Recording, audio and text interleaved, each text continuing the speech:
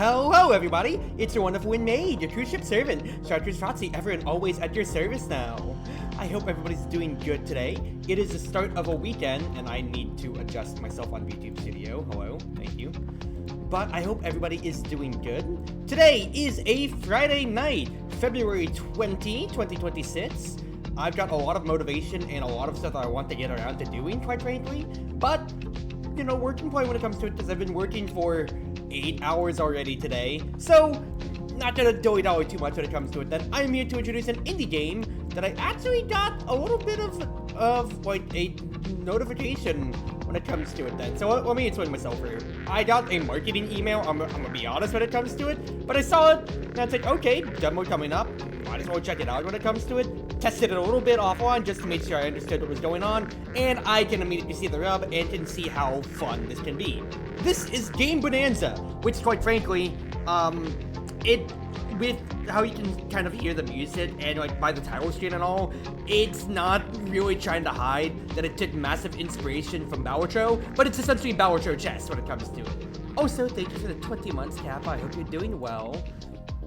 So, this is only a demo right now, but kind of like the Balatro demo, we got a decent amount of stuff to already look at, not including how much more is going to be in there in the full version, which, if I check the Steam page, I mean, available 2026.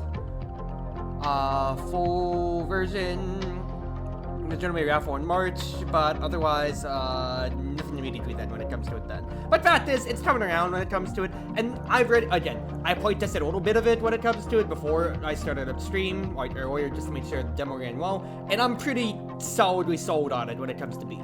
So, you are going to start the game with 3 chess pieces when it comes to it, and the objective is to destroy all the pieces of the enemy team of the black pieces when it comes to it then.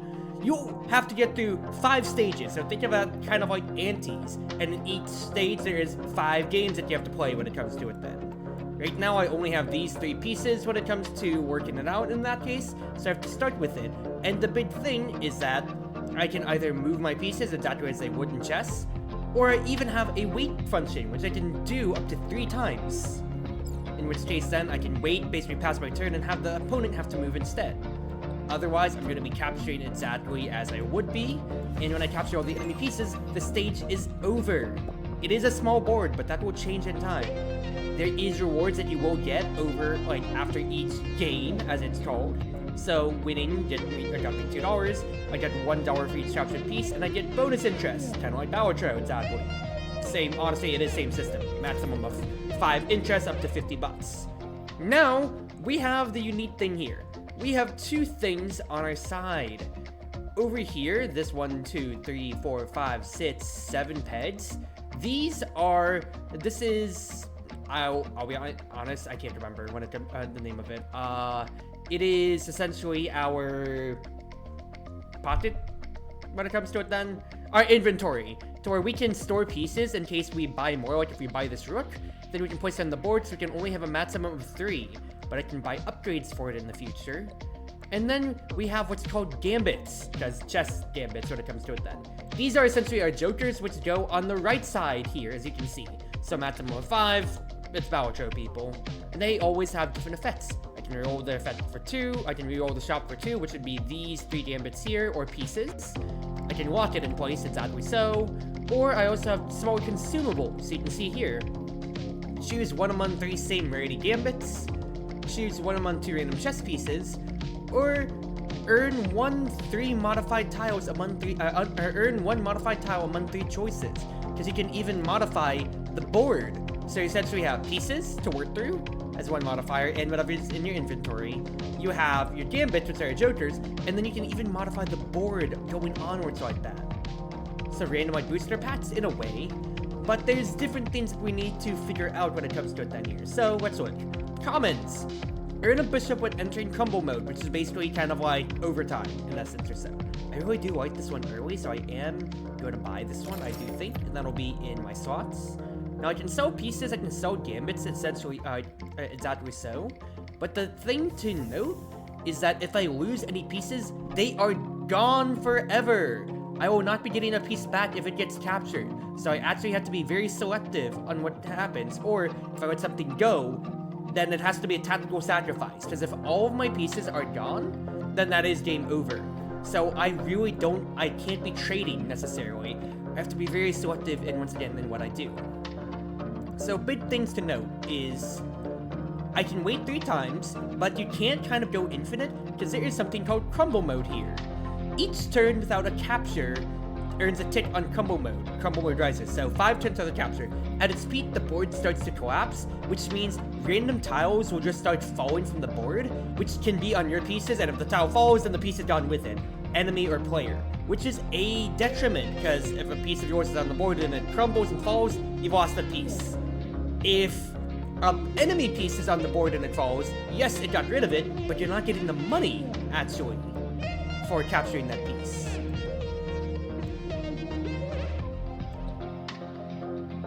So what I'm gonna do is actually have this bishop capture, and move this pawn up, because even if you promote, okay, I was about to say, my plan actually was to, was to have the bishop watch on the white tile for the queen, but actually we're fine.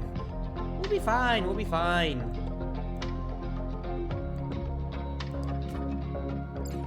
So protect my bishop. That's a turn without a capture, so crumble mode exactly so happens, and I do get a bishop out of this, which is wonderful. Best thing I can do is move this bishop back. Yes, my pawn is captured, but then I can capture their promoted queen, and I essentially traded a pawn for a bishop, so that's better for the future. Can you still move over the hole? No, you cannot, actually. There is a gambit that actually lets you do that, but until you get it, you can't. When one of your pawns captures a piece, earn 2 bucks. That's alright. When one of your kings is captured, earn a pawn. I don't have any kings, so that's not that good. But captures could be good when it comes to it. I just have to capture 3 times with a pawn to earn it, but I already only have 1 pawn left. So what I'm going to do is buy a gambit token, actually. Common. And my choice out of my booster pack, essentially. Creature of the Depths. Earn 2 plus $2 on a piece falls from the board. I am getting the crumble mode because of the Scepter's Gambit, but I don't know about that. At the end of the game, gain $5 per piece that's to a king. King stuff. Stepping on a modified tile grants $1. I do like that for the future, because if I can buy some tiles, like with this tile token right now, that can start paying for itself. So I have this kind of little pachinko thing to where I click launch, and I get a choice of 1 of 2 tiles. Pachinko, plinko. Pachinko machines are different from plinko. Whatever. Protective tile. Moving a piece onto this tile protects it for 1 turn, meaning that if I move any of my pieces on there, then exactly so, it cannot be captured no matter what. Either that, or blessing tile. Moving a piece onto this tile blesses it during 1 turn. A blessed piece, when captured, reappears in your stock. That's what it's called. So essentially, I can do a tactical sacrifice, knowing that a piece will respawn, and there's that. So, for example, let's say I want to I'll put this projective tile on this black tile here. So next time I step on it, I will get $1, and in case there's a piece on there, I can essentially freely capture it, in that case then, and reap all the rewards. Okay, I have 2 bishops, so don't be an idiot, put 1 on black, 1 on white, and I think I'm gonna want to start like this. I think I'm gonna go ahead and pass a turn though, because I need to see if actually he moves up. Now, actually, I realized my mistake, because the knight's gonna capture this pawn immediately, but it's fine.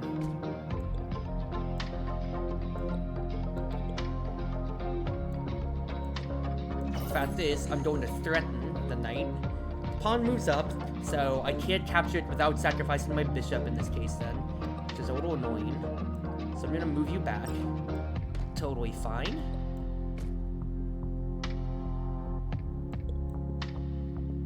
That's great, because then I get to make some money. If I move you back and forth, then I'm not actually gonna be able to do much. So I want to get 2 more butts if I potentially can, but it's not happening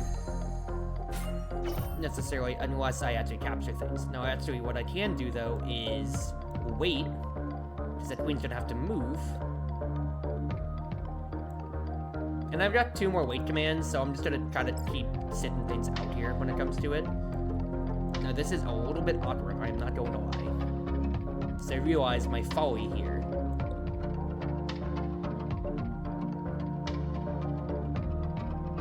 No, what I can do is I can drop this extra one that I just got, and whichever black piece she captures, that's actually great, so you get another money from Twister Gambit, so that's actually fine. Does the enemy get protection too? No, it's only whenever, the tiles only trigger whenever I step on them. After selling a Gambit, earn a random chess piece, pretty decent. Every promoted piece is also counted as a knight, so if I had something that was something, if I had a Gambit that said triggering only a knights, that would be there, but instead, I could also just buy a queen, which I think I would very much so appreciate. It is 10 bucks, but that gets me to my maximum 3, and I have a lot more mobility then. Yes, you saw I could keep doing it right there. That was kind of freemium.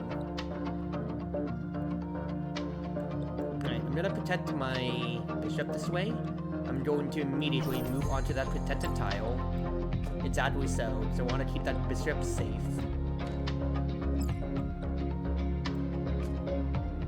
Alright, and then simply, I'm gonna keep moving on and off this tile. Because I want crumble mode to activate, and I want to make as much money as I potentially can.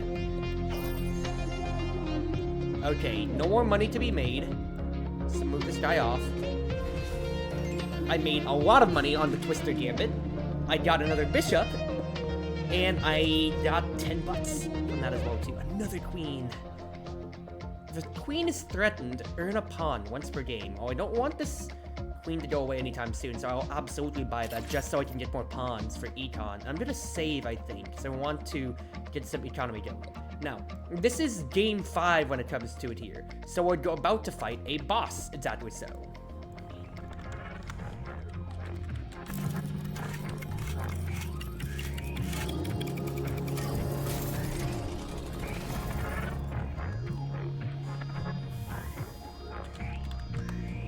Welcome to our boss here when it comes to it then. So, Kev Bortwick, which I think is a joke on Bortnit, which is like every boss when it comes to it then is like named after chess people when it comes to it then. Because like there's a very obvious Magnus Carlsen, for instance, when it comes to it then, for example, going on. And I'm not the biggest opponent on chess sword, I'll be honest with you, so yeah, but going on from that here, every boss has their own gimmicks. The boss wants 2 of its pieces and applies stasis state to them, meaning that I have to wait 3 times to actually be able to capture them, because otherwise they just still get to function entirely, which is kind of not the best thing ever. So I'm gonna stay in a place where none of my pieces are threatened, and I'm just gonna kind of chill as much as I can. That, and there's also gonna be an elite piece to where I cannot capture them. At least initially, they have to be captured glass. I'm gonna honestly have to kind of let one of my bishops go in that case then, just so I can start capturing these guys. Because there's no way to get around that, essentially right there then, in any safe spot. Queen threatened, chicken gambit triggers right there, so that's wonderful. And I'm waiting until I get to crumble mode so I can get, what's his face? So I can get another bishop, which is wonderful for my econ. So that's great. Can you swap the tile you place to other spots too? No, once the tile is there, it is kind of stuck there. So it's only the one that I've got. On capture, 1/4 chance to receive a random piece. I really do like that. Waiting grants $1 per king. Or rook. I'm at 24 bucks. I really do like that life gambit right there when it comes to it then. I do want to keep sitting on this. So now we know our next boss. Tower of the Curse. Place 5 cursed tiles on the board. So I doubt we're going to see that stuff and all that for the future. But right now I want econ. Though I think I might just buy another tile token just to see what I get. Golden tile! Moving a piece onto this turns into a golden piece, which gets me 2 bucks at the end of the game. Or a trap. When an enemy piece steps on this tile, traps it, making it impossible to move next turn. I want that golden tile then. And I'll place it like on a corner, where my bishops will probably get the most value then. That's more chances for Twister Gambit to keep going off, and with each stage, the board keeps getting bigger too, as you can see here. So, what is our next problem here? Crumble. Whenever this piece is on the board, capturing a piece makes a random tile crumble. Kind of scary, not going to lie when it comes to it then, of course, and that is a king as well, so have to be careful about how I do things then in that case. So first and foremost, move this bishop right here. Oh! Because he's moving on to the protected tile. I also did get a pawn out of that. Now this bishop is threatened otherwise, but the king moved to his own tile that was crumbling. So he effectively killed himself. That is really funny. I'm gonna make as much money as I can. That is another pawn out of the chicken gambit, which is wonderful. Give myself another golden piece for more money, and that's another bishop. What I think I might do is sell these bishops so I can get the interest at the end, and capture, because I have pawns in case I need to replace them. That's 2 more buts. I think I didn't need to sell the bishop because the money goes in, but I got my interest out of it, is the big thing, so that's very, very good. When one of your pieces is captured, turn another into a golden piece. Earn a rook when landing a rook. So, I should have explained that because I did something on the boss phase earlier that I didn't explain. I can only have a maximum of 3 pieces on the board, but I can land a piece at any time by taking a piece from my stock and putting it on the board. It has the same restrictions only on my side of the board as you see right here during the planning phase, but it allows me, but I can use that in lieu of my turn action, kind of like as if you were playing, what is it, shogi, of landing a piece in that case then, essentially. So you can replenish what you have, or also do tactical things in that case, since it's immediately threatening if you just like place a queen on your side or so. So I do think it is time though to upgrade, because even though I have really good econ, I'd rather have another piece on the board to have a little bit more material to work with, and we'll go on from here. Need to learn how to play shogi. Rook that crumbles. So I'll be honest, the crumbler, having crumbler really scares me in case my queen gets crumbled on. What I think I'll do is I'll leave a pawn up with a sacrifice from this knight here to begin with, and I'll leave a spot open for the queen, because I want to capture this guy first. Again, crumble, it's a crumble when there is no need. So I'm going to land my queen. That gets my gambit, essentially so. Wonderful for another pawn. Let's make another butt out of this. Move this pawn otherwise. Because I'm trying to get the combo mode, that way I get another what's-his-face. Because I want that bishop.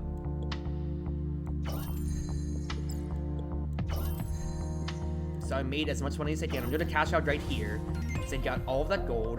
I got a rook out of the, what's-his-face, out of the Key of Life, too, which is wonderful. And all that money as well, 9 bucks, that's wonderful. Capturing with a knight on a black tile skips the enemy's turn. Oh, that's so nice, but I literally don't have a knight.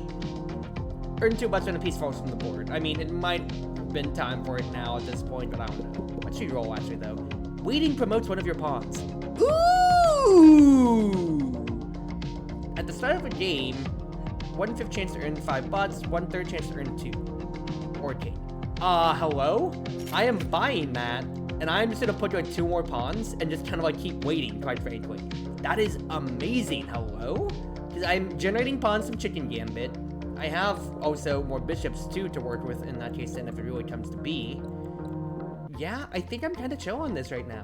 That's really nice. That is an epic. Absolutely deserving to be an epic. Hello? Okay. Game plan here. I think I might want a rook just to have on the sides or so. I think the idea here is have this rook go into this protected tile immediately, and then just start cleaning house when it comes to it then.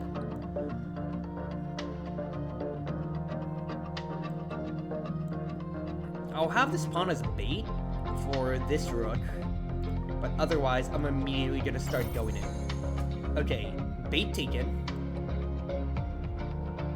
But I need to get rid of this knight. I don't mind if the rook dies immediately. So what I can do then is just start flying around. It's out of settle. Start making some passive income, baby.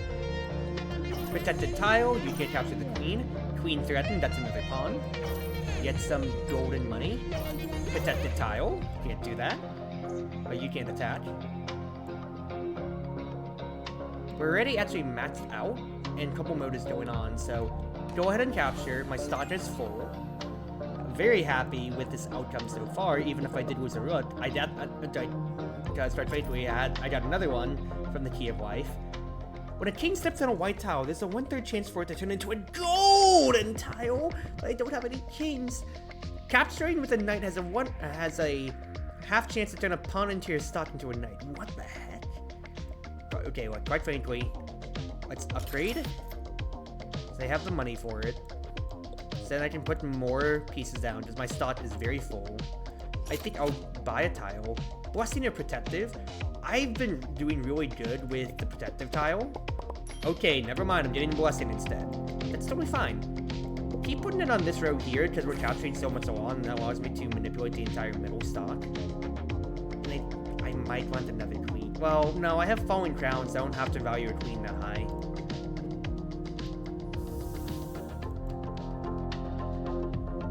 On waiting, create a copy of this piece onto a random tile.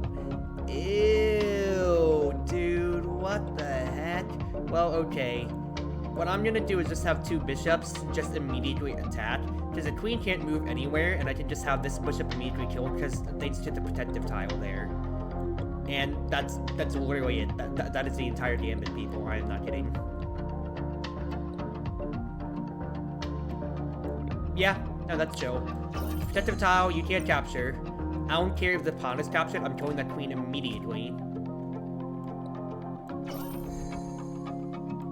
I was about to say, even if you promote, I am killing you immediately.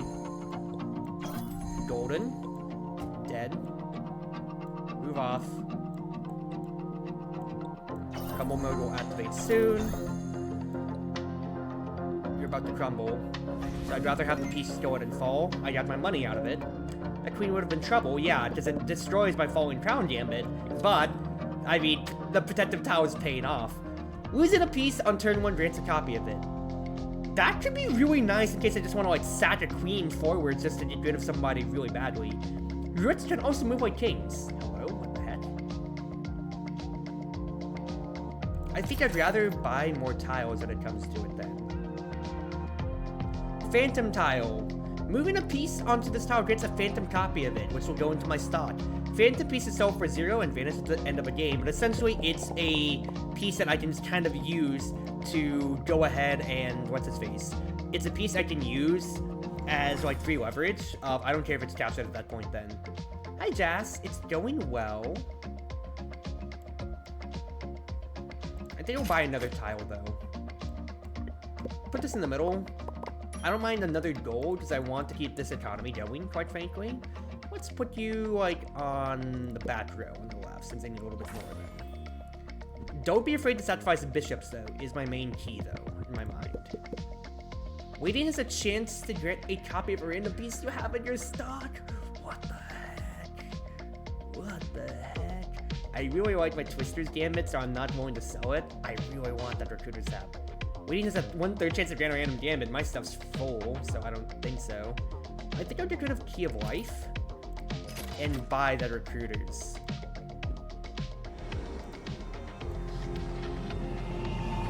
Alright.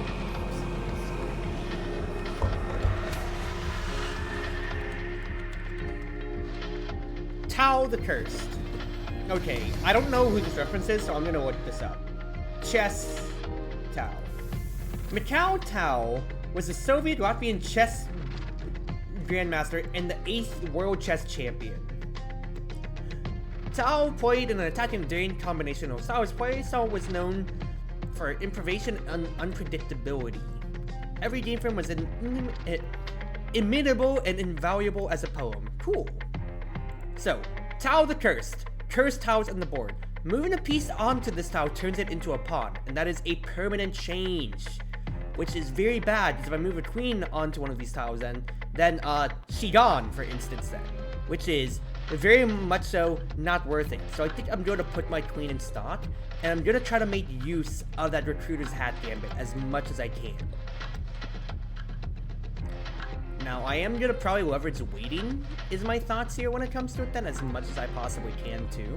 I don't mind having pawns moving up, or especially if they promote otherwise then, because this queen's been carrying me through this run so far. But again, main immediate play is have the bishop move up onto protective tile and like snipe 2 people, because I have so many bishops, I don't mind losing any of them when it comes to it then.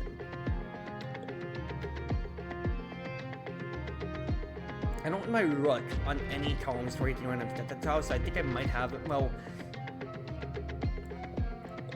it might be fine having him like here in this way, because I want him to get to the knight is the thing. So I think this will be how we start, and bishop first. Knight being threatened, I don't care. I want that go. Now, slight problem, positioning error. I have absolutely bricked it to where this rook's just kind of showing. Very bad, honestly, that you're standing right there. I'm gonna have to capture, quite frankly, as forward as I can.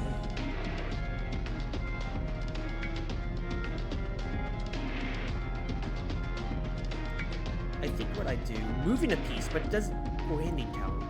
Landing doesn't count, but honestly, that's not a problem. Fact is, you're being threatened. At the very minimum, you can take a piece out with you.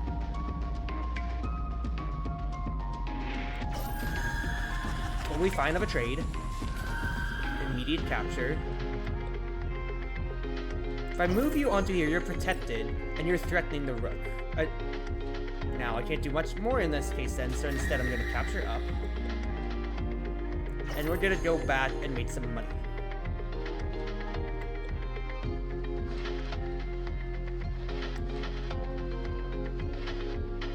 I really don't want to move this rook onto this pawn space, but what I think I would do is I would drop right here. You're trapped, so I can actually take my time. However, I'm going to move you here, because yes, you are a pawn stuck. You are now a bishop that turned into a pawn, but because of that trap, I could waste that time, move this bishop onto here now, and I can actually, well, rather, instead of moving you up to promote, I can wait for falling king. I got a queen out of the Recruiter's Hat! Yes! 2 queens! Promote you immediately into a queen. It's crumble mode, so I got a scepter as well. Kill this bishop. Yes, you got depromoted into a pawn now, but that doesn't matter too much. Make some money. Nobody's being threatened, so wait again for recruiters, potentially. Still nothing. Wait again. Recruiters Hat didn't trigger. Okay. Just kill you, honestly. I could keep blustering around, but I'm scared that in case he moves to a place that I can't reach. So get me my 21 bucks. That's honestly a very, very good round when it comes to it. We're doing great. Capturing a piece with a piece of the same type has a 50% chance of getting a copy of it. Cool. Earn 3 bucks after a promotion. Hello? I could just keep waiting. This should be a promotion build when it comes to it, quite frankly. Okay, fact is, I can put another piece on the board when it comes to identify upgrade. So let's do so. I earn another tile. Let's keep going for gold / blessings if I can help it then. Because I don't mind trading again when it comes to it. And Tao did get rid of my immediate other blessed one before with his curse. You rat dastard. Capturing a piece with no neighbor with a rook has a chance to give random gambit. Not necessary now. Shop price is reduced by 30%. That's pretty decent. But I think I'm trying to chill. Judith Polgaisha. You can't see your opponent's formation during the formation phase. We'll have to see how that goes then. So, another column. And let's see what the enemy's got. An elite queen. Ew! What the heck is that? Ew, dude, that's disgusting.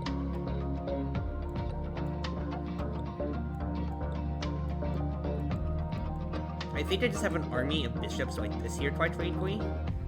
And then it's this one protective tile that I've just been abusing this entire time, quite frankly. Now, I only have the one root, so I'm reluctant to sacrifice him, I'll be honest with you. But I can move you back onto the protective tile and just chill, dude. That's absolutely amazing. Okay, let's move you onto this, because if you die, I get you back immediately, which is a wonderful trade. Trade upon.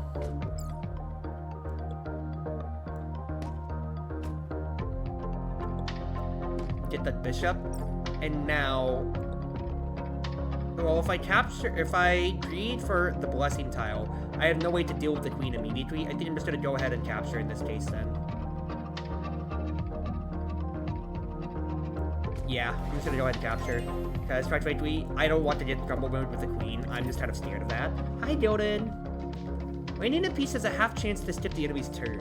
Hello? That's another queen too.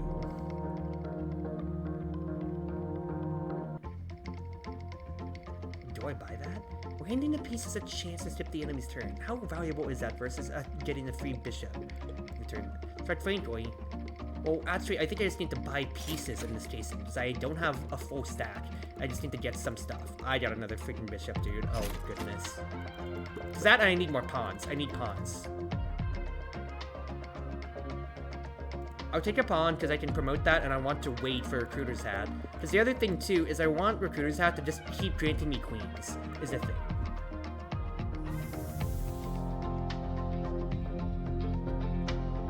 A king that on wait creates a piece. Oh, you mother from... You're annoying to say the least, my good sir. Okay, we're going to set up like this. I can't wait immediately yet, but I'm going to capture you, so I don't have to worry about that crap. What kind of rush move is that? Hello? Queen threatened. Don't care. Stay mad. I am a absolute fool, an idiot, and so much more.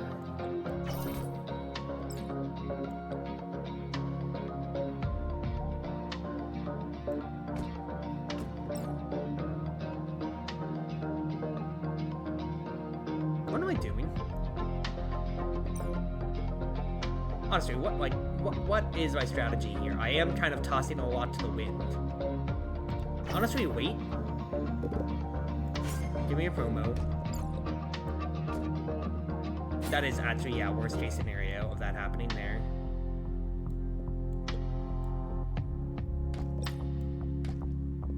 We are fine. What I'm gonna do is land upon. Wait, I got a queen, yes. One more, Recruiter's Hat. Oh, Recruiter's Hat. Why couldn't you do much for me here? Combo mode triggered. That's wonderful.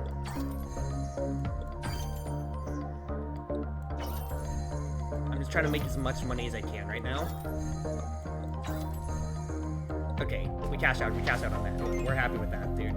Fact is, I sacrificed a lot of my other small pieces, but I got 2 queens. So that's totally fine. I'll just place one more piece in the board. Decent. After moving a knight, if it can capture 2+ pieces, there's a half chance to skip the enemy's turn on a forge. That's really cute.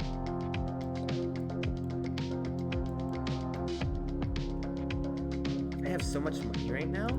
Upgrade me to be able to put another piece in the board. I'm gonna buy 2 pieces. Because I want to have a queen in the stock for a Recruiter's Hat, is my thought here. Because I have a pretty good engine on being able to create pieces in all that case then. Is that 2 queens? Ew, 2 queens and one that is a crumbler. Ew.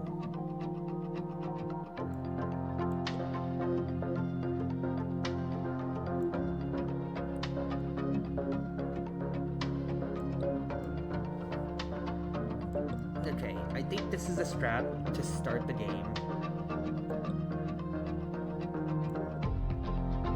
Something like this. I'm going to capture the crumbler queen first. If that happens, that's totally fine. The fact is, I want to keep applying pressure.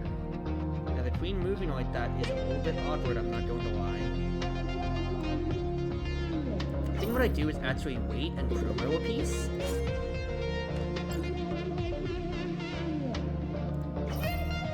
Because if this pawn dies to this queen, that's totally fine.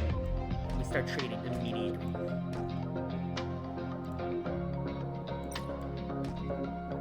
Now it's just a king left over. I'm gonna make as much money as I freaking can, dude.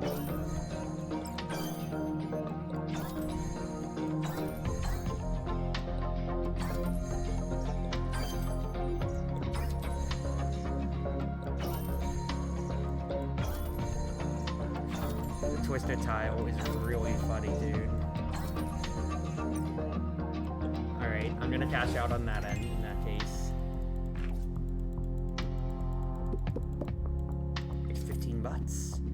Really good engine. The bishops can also move like kings. Whoa, that's actually disgusting. To allow them to move onto their other color. And capturing with a knight, earn a knight. Once per game. Funny. Not necessary.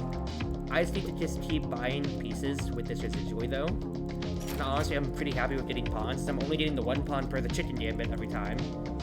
I feel like the fact that I can say that it's kind of necessary to keep doing that is a little bit sad, I'm not gonna lie.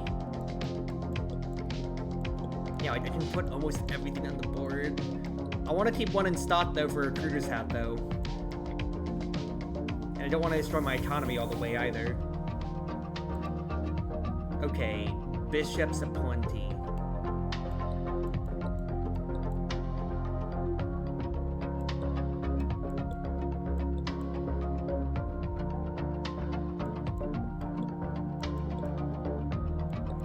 So just cover the pawns, however it may be. Having a balanced formation like this actually isn't necessarily bad, but I also want to keep a queen out and ready to go. Now, wait, that is a promo. You immediately killed the pawn that promoed.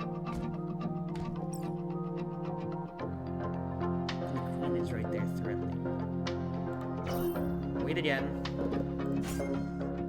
That one immediately promoted, so that was a very good threatening move potentially out of it then. Let's move this queen into position, that way if the pawn gets traded, I can trade back.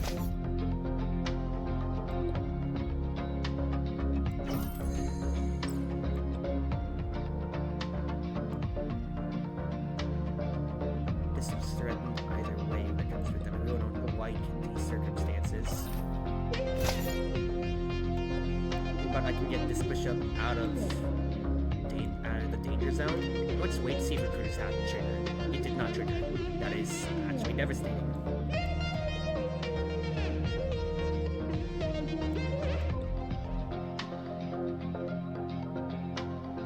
Alright, what I think you need to do is move this bishop back, sacrifice the bishop, drop the queen. We're just gonna keep capturing along the way. Now make some money, please. Because I really need the money, and I also really need the pieces, too.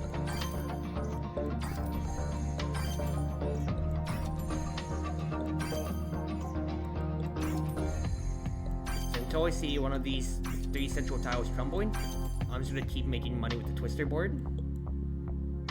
Okay, that's crumbling. Gotta cash out there. Because I am playing very fast and elusive, stacking a lot of pieces, but I need to actually be buying more pieces every time I'm here too.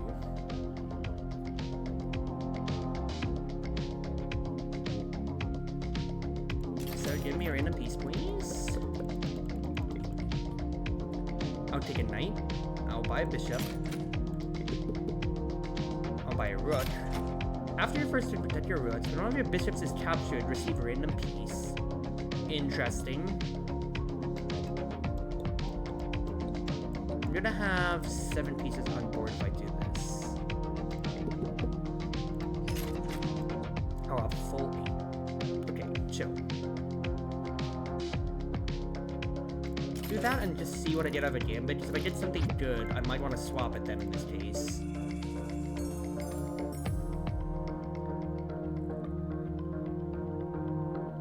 So this gambit to get a gambit for money.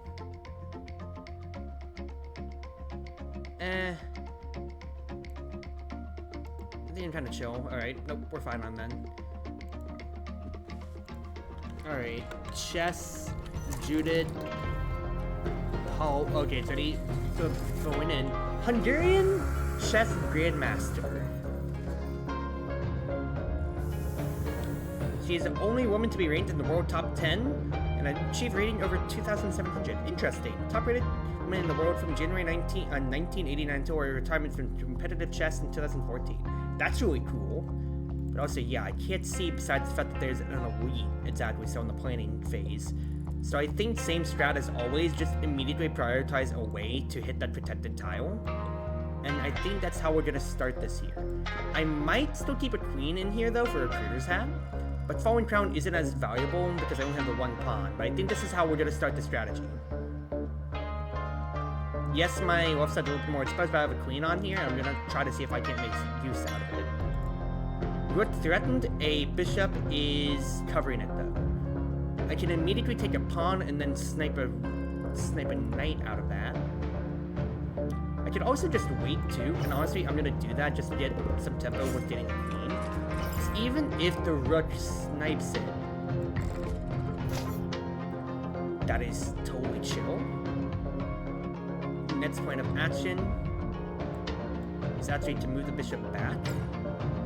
Oh, the pawn moving forward actually causes a few logistical problems. How am I blind? Am I an idiot? Might be. Do I sacrifice this rook? This knight? Because if I capture this away, this knight's activated. I could capture with the queen, but then what am I going to do to trade otherwise? I think what I'd rather do... Because if I capture this pawn here, that queen is unlocked. Which I really do not like. I think I'd capture it this way. Because if the pawn moves onto the column, I am totally fine with that.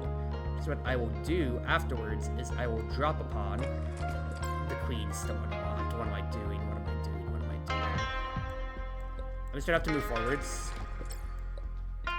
And just start rapid capturing back and forth then.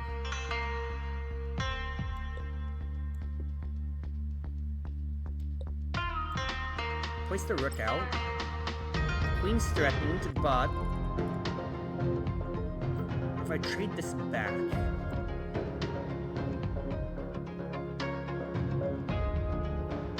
I need to get this queen out of dodge. Only safe place necessarily would be 1 or 2. That's tempo that I'm burning. I'd rather do this, because then the rook is a bit more unlocked to actually act a bit more.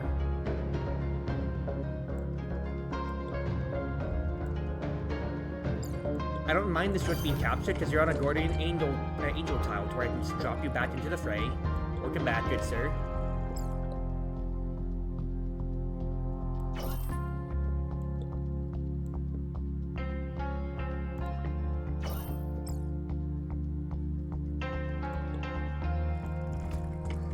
Thank you for your service. Thank you for your service, sir. A little bit scary. A little bit scary. I am burning through my entire stock, and Fallen Crown isn't as nice when it comes to it then right now. So I need to just buy back my entire stock. Because it's not like I can really have many pawns. So I can have 8 pieces on the board. I need to keep using those 8 pieces on the board that I get. My economy is kind of in this weird midpoint right now, hilariously, because of that fact. And I don't know how I want to keep a queen in the stocks, because having 2 queens means I can have one on the board and one on for Recruiter's Hat, if I need it then. I really need more, dude. Okay, there you go. Metachess Carlson. Or Metness Carlson. Yep, shuffle your pieces and make them unreadable during the formation phase. So I'll know that I'm placing on piece, but I won't know which piece I'm placing. So if I can, I'd like to make like 1,000,000 queens would be the dream. Because otherwise this is very scary. A rook on wait to make a copy of himself. Well, as always, this one protective tile, dude, has been doing so much for me. Like, unironically, it is so good. Okay. Plot here, is have this pawn be able to move up, and if it dies, it can be blessed. This knight here will support otherwise. I don't want a bishop on a white tile. Probably waiting this way. That way I can cover. No waiting. Has a protective tile, because otherwise the rook would immediately destroy things then.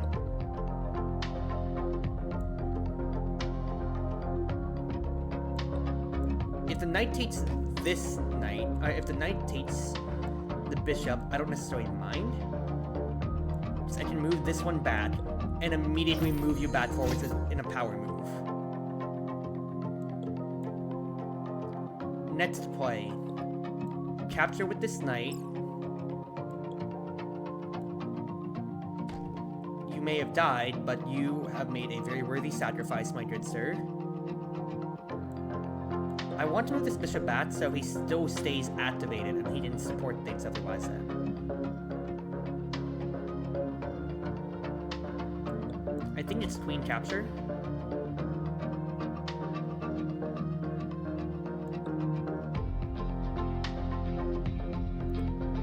Queen capture. Move this bishop right here. That way he can stop the pawn if he moves. And then it's going to be the queen threatening everything otherwise here.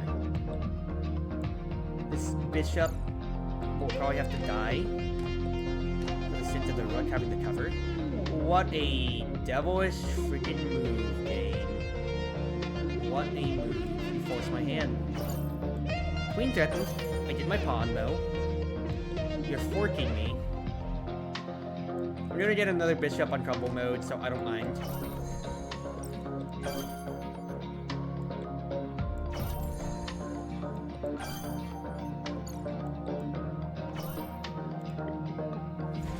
Oh, I wanted to wait for foe and crown to keep doing stuff, but instead you moved onto our crumbling tile! You dastard! At the start of the game, earn 2 bucks per bishop. Waiting has a 1.5 chance to grant a phantom queen! Get rid of foe and crown, I think, probably? Because having a chance to get a phantom queen, so that's a queen for my stocks, would be really good. Getting these bishops from Scepter's Gambit has been really good too. Getting the pawns from Chicken has been really nice though for Fallen Crown. I have 3 things that trigger on waiting then in that case. The bishops have been so good to me though. Do I even get rid of Twister's Gambit? Because that's also kept me in the game as well too. Oh, that's so hard. I think get rid of the Scepter. Buy me the Phantom Bride. And then otherwise, I can actually leave a little bit left over then. Roll to see what else I get. Another bishop I won't take though. Is that 2 queens? Ew, 2 queens! 2 queens! Okay, well, that's why we bought bishops, people. This is why we bought bishops. This bishop's immediately gonna kill. If the queen wants to kill this pawn, then the knight will immediately trade or the pawn back. And then I have my contingencies for whatever may happen then. So otherwise though, immediately kill this queen. That queen is not allowed to live.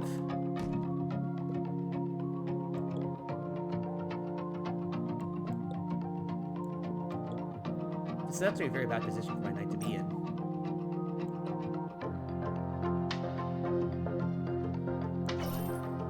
Threaten. Because if the queen has to move.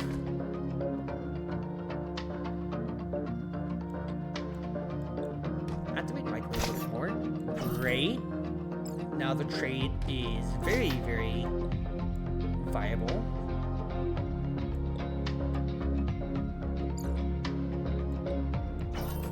If you promote, then you immediately die.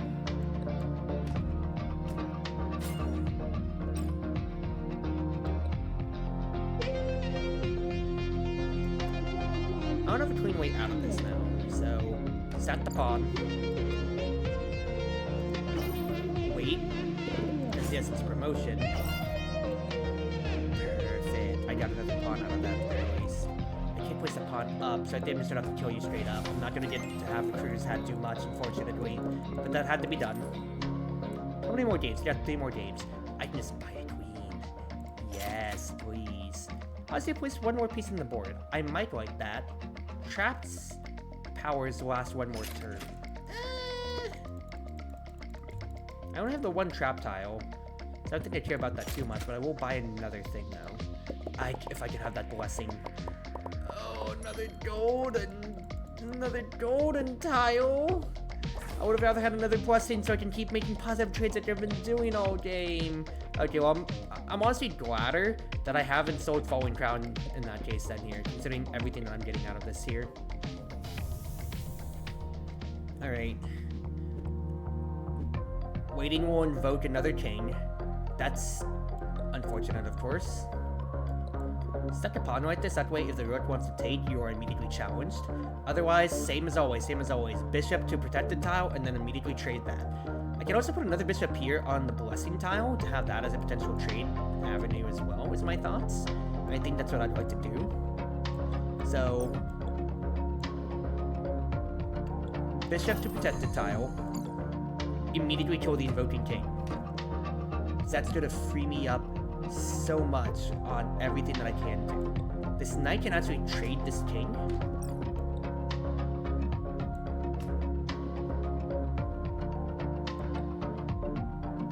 And move back safely too. Now we wait. I got a Phantom Queen. I got all the promos. I got a Threatened Queen. Okay, yes, you died. That's a pawn's life for the cause when it comes to it then, which is wonderful. Drop a queen. A Phantom Queen again. Because I can trade that queen without any remorse. You're trapped. Loser. Nerd. See ya. Also, I need to run an experiment. Can I have this queen? Phantom Queen into a Golden Queen. Does that mean the queen's permanently mine? If so, I have maybe just made this game all the better. Yes, those queens stay! I just generated 2 free queens with the Phantom Queen Bride Gambit! Yes! Yes! I have 5 queens now. Yes, dude, that's so good. Please, another protection tile. Does protection. Another trap! I mean, honestly, the trap's actually been okay, so I keep stacking this side then. Finding another tile. Oh, another trap, dude. Another trap. Honestly, just keep stacking up this side here, quite frankly, so I can play dangerously. I'll buy a bishop, honestly. We have one more game. When it comes to winning a piece makes it golden. After losing 3 pieces, earn random gambit. I just find another bishop, that way I can have another sat engine, quite frankly, when it comes to it then.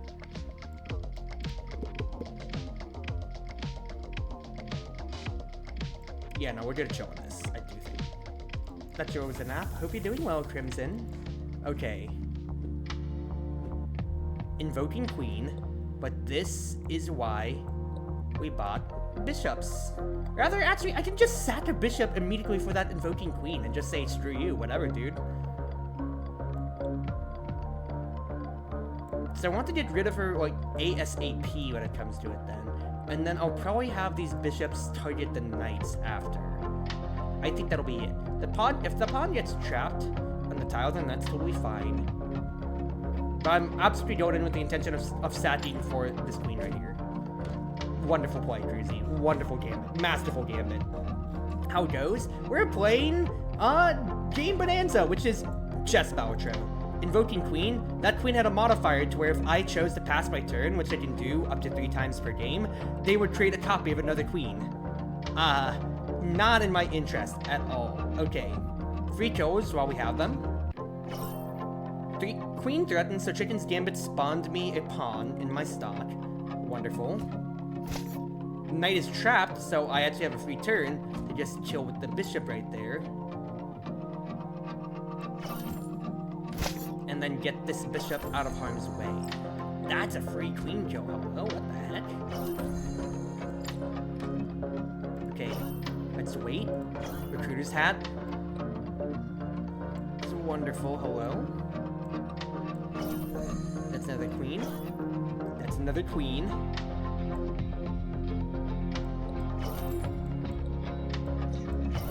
I have so many queens, dude. Hello? I think I have the game plan, dude. I think I have the game plan. Madness Metches Carlson could Brit me in case I get pieces that I don't want on the board then, in that case, right? Or rather, I don't know how my formation might be in that case. So, this is stage 4 out of 5, so this isn't all the way at the end yet. But my thought process is, I have so many queens that I literally don't care what I have then. Because even if a knight, bishop, or whatever gets mixed in, I just kind of get to chill, dude. That it was a master sword, but it doesn't do anything good for me here right now.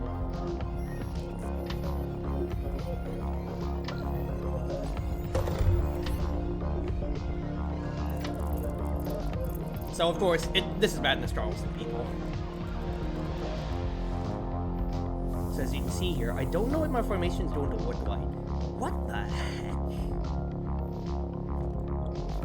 So I could match up theoretically like this here against all these pawns, but I want to lean on my protection tile gambit as I've been doing constantly here.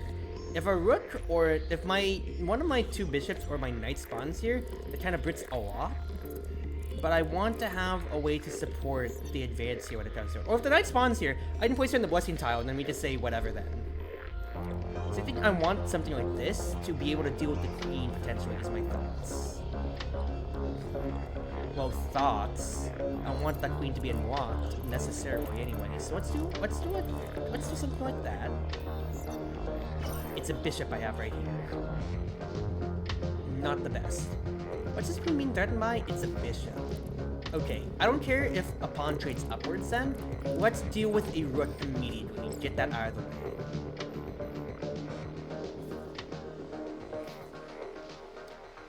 I think it's better to trade.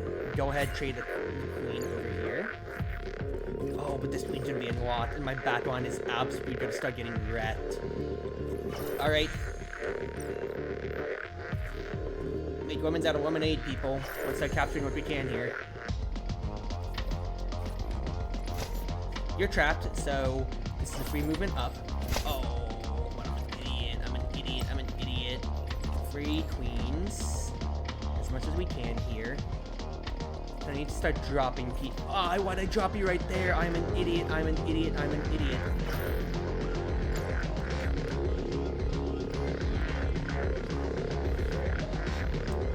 To drop this one right here in case that pawn promotes.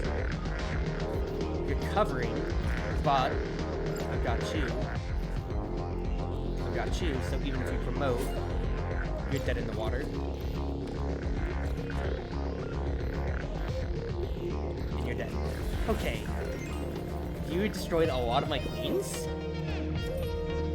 The fact that I still have 3 to work with here is fine enough. So I need to just start buying back my army and economy quite right, because I am kind of in shambles. Hikaru the Banished. Obviously after Hikaru, the chess player when it comes to it then. So, you cannot use your stock. Hikaru, what is it? Nakamura, I think his name is. So I'm not going to actually be able to use my recruiter's hat stuff then, so I'll be looking for gambits to replace along the line.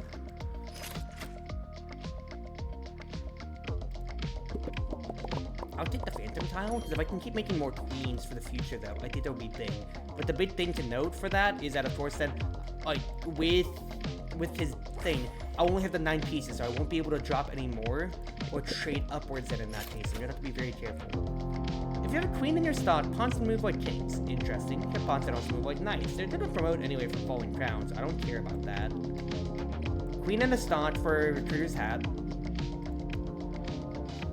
Otherwise, we just gotta see how this goes then. Oh, dude, seeing queens is so scary. It's so scary.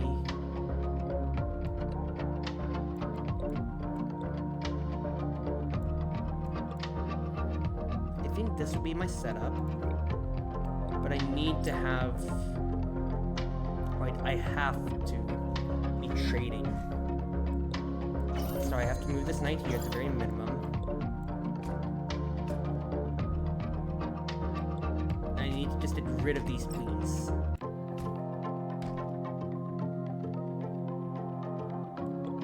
I'm gonna drop a pawn. And wait. Just if I can get a promo, that's great.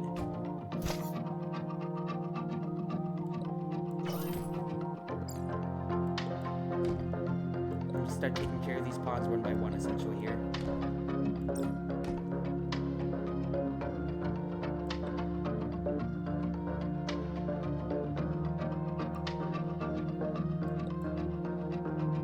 Good.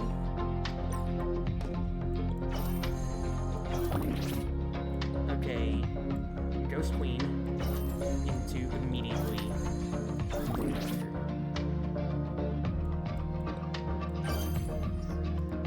If I wait, I can get Recruiter's Hat to trigger. That's exactly what I wanted. This queen here, that's another queen I created. You're about to crumble away. Move your back. I should have just captured you because I thought that you wouldn't stay. I thought you would move. I thought the piece would crumble, the tower would crumble before. It's totally fine. Landing the queen turns one of your pawns into another random piece. Okay, so I have 5 queens right now. I'm gonna have to keep one in stock for Recruiter's Hat. Let's just keep buying up other pieces. And get me 2 bishops to keep doing more damage like that as soon as I can. I'm gonna have a million trapped pieces, aren't I, dude? Alright. Place you on the back, in case I need to snipe something in that case then. Start of the game, +4. But there's a 1 in 7 chance to be destroyed and lose 20 bucks. You are a red pole and a half, my friend.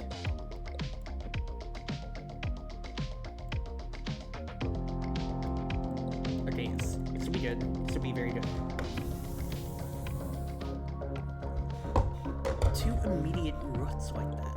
Ew, dude, what the heck is this way out?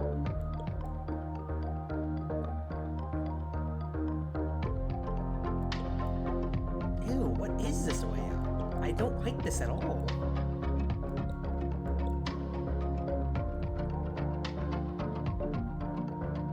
I think this is how I want to start. And I'll open with having this pawn capture.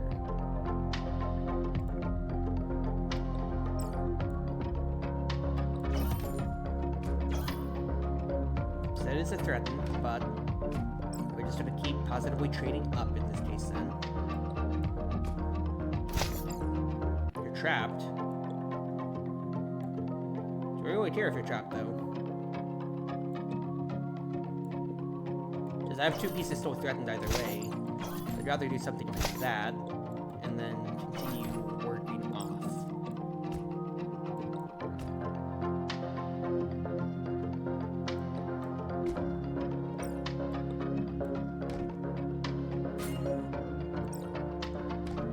Destroyed you. I made another queen. Destroyed you. This queen will block. And then we are just gonna make my entire stock of queens back.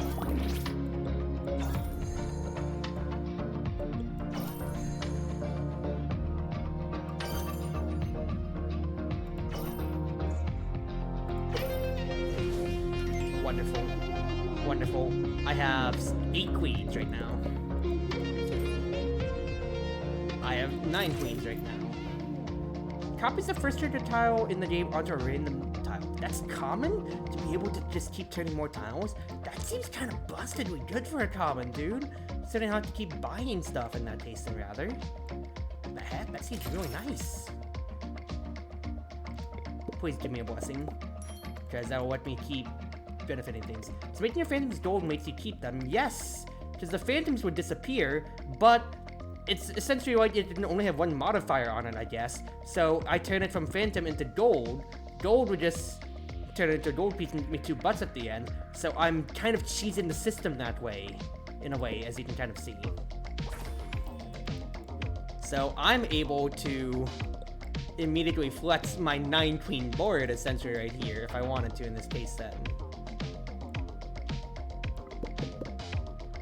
God. Come on, Gambit. Start of a game, earn a pawn. I mean, that's decently fine, but Chicken's Gambit has been earning me pawns all throughout, so I'm trying to chill. Buy a knight just so I can have him. And then I'd love to have another protection tile. Oh, though blessing is fine for the other games, I need more protections to deal with Hikaru.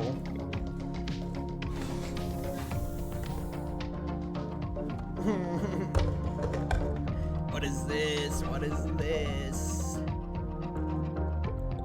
Okay, so Crumbler. When this piece is on the board, capturing the piece makes a random tower crumble. I don't want to deal with that for the sake of my value of queens is higher than everything. Winning the piece from the start turns this king into a queen.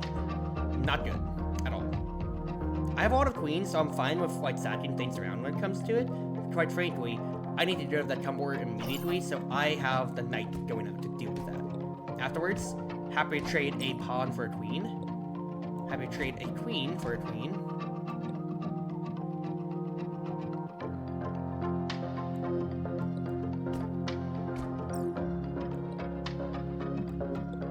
I don't want to keep trading infinitely here, so I'd rather have a few of these here that we start going to the starting angel so I can keep having these queens safe and sound. I can't drop because otherwise this guy's going to immediately turn into a queen.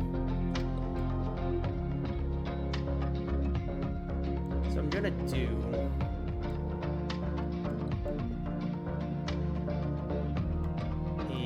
is... wait a little bit here. The fact that you landed like that, I have no idea what the game plan was, Chief, but now everything is for the taking. Okay, the queen.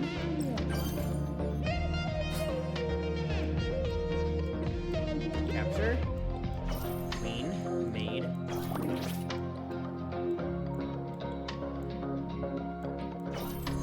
Queen, maid. Money being made. Oh, really?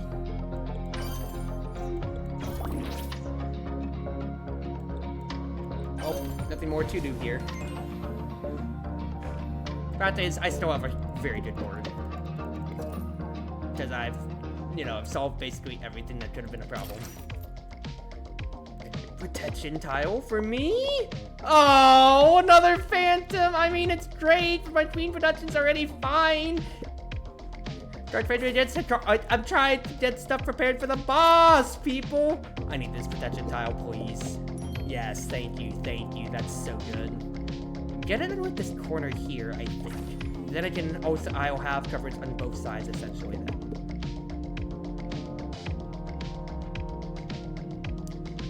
I can't do anything with winning against the card roll. The rooks can also move like kings. I'd still buy a rook, though, just to have for some more, and then...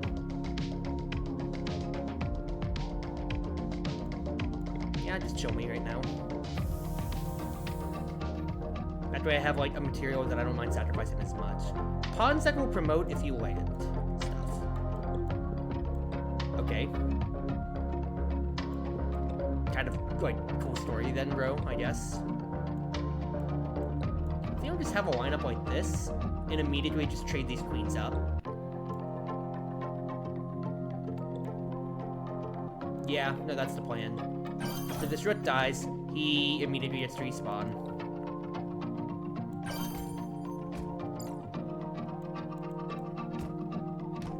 Fine by me, so far.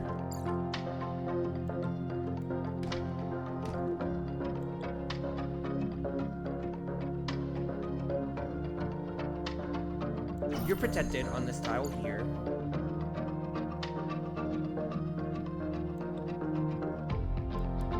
I don't have a way. Actually, I could do something like this here. That's respawn. I'll trade a queen to get rid of the rook pressure, I do think.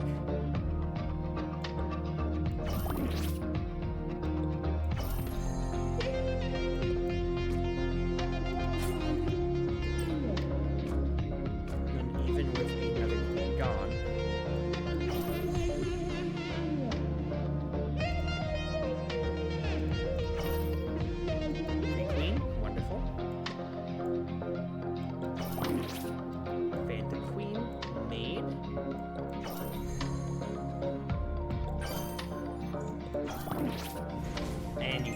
Alright.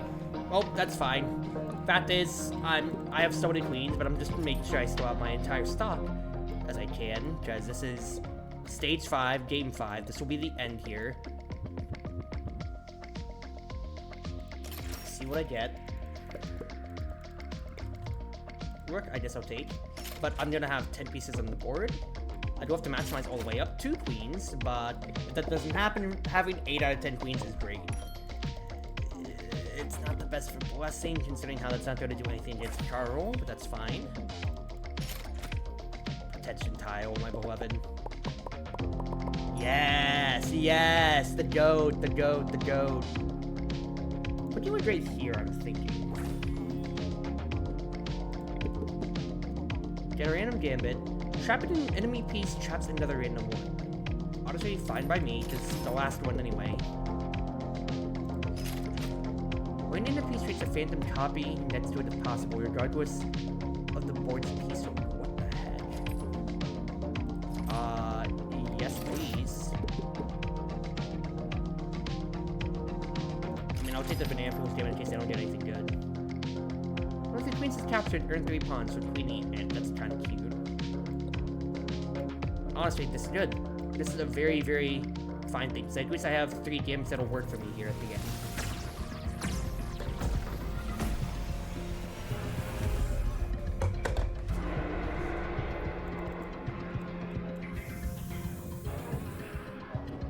That's all the pawns. And a queen that is open. Okay, that is annoying. Of course, I don't want to be opening up any of my pieces to immediate scrutiny if I can help it.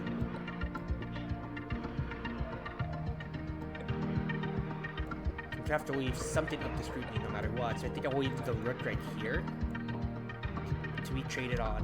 And I'm gonna have this queen immediately move up and start getting rid of the material on the side here. Fact is, this is my weaker side of the board here.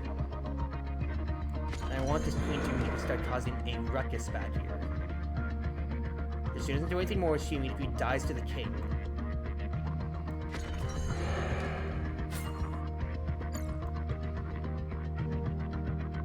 This is fine. Let's start with this. I guess you get traded up on, but enemy turn skipped. What could I even do with that, honestly? Honestly, I have no idea what I'm gonna do with that. I might move up like this. Okay, well, the king's gonna kill, but that's rook gone. Protected tile right here. I can kill you from here afterwards. And we're slowly but surely gonna keep whittling away this material. If the queen moves, it gets trapped, meaning that I can start trading away the other pieces. I get a free turn from the banana peel gambit again. Goat, goat, goat. A wonderful gambit to pivot onto at the very end here. And despite all of this here, I'm just gonna win the game. Nice! What's the red modifier? That was an elite enemy, which meant that I actually would not be able to kill him. I can't kill that elite until the very end. That's the last piece I have to kill. So you can see here, you actually beat the demo. As part of Steam Next Fest Challenge, you've earned a personal code that lets you enter a raffle to win a free Steam key from Gambonanza. So that's really cool. So I'm gonna turn my screen off real quick on that end then, so I can capture that. Yeah, no, I am absolutely gonna get this in the future when it comes to it then. So I can get this for free, that'll be great. But otherwise, that's a first run of that. Pretty happy, especially with being able to generate queens at the end. But hey, that's how I got my economy going. So I think I was debating on doing RDI stuff, but I might do that off stream afterwards, because that was already 1 hour of a run. So let's do another run, and then we'll call it there. So 2 runs will be solid. So start up pawn, bishop again. So also I'm thinking I kind of want to eat a little bit more dinner. So I am a bit more hungry than I thought I was gonna be. So studying from scratch, let's do this thing. But already, you're seeing the hooks and how this game can easily get ya. When one of your bishops is captured, create a phantom tile on the captured tile. That seems really, really nice. I am not going to lie. Tile of the Curse is my first boss. I think for now, though, I kind of want to save a bit more. These are both really nice, though. Might just take the Witch's Gambit for early game, though. Because regardless of the board's piece limit, I can literally do something like this, and that's a Phantom Bishop that I just can play with now. Without caring about if he gets traded or not.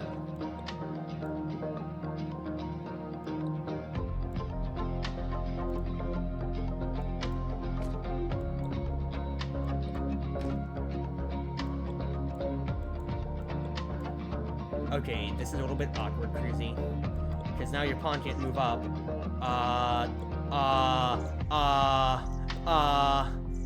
Okay, thank you. So I lost a pawn and all of that. Uh-oh. I got some jump out of the Witch's Gambit, but that kind of hurts a little bit. Skips enemy turn after a promotion?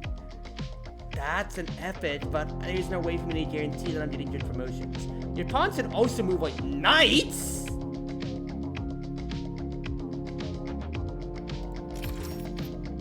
Okay, that could be a way to get decent promotions in that case.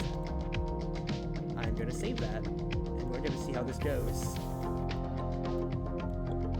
So honestly, I think I might just take the knight pawn. I drop a knight pawn, unironically. And then capture, like the knight! And then I can move him right there! Get a promotion, and just start capturing away! Okay, game, okay! That's some sauce! Give me that. After promotion, earn 2 butts per knight on the board. Well, pawns aren't counted as knights, so just buy me the crown for now. I think I still want to buy another bishop just to have, at the very least, though.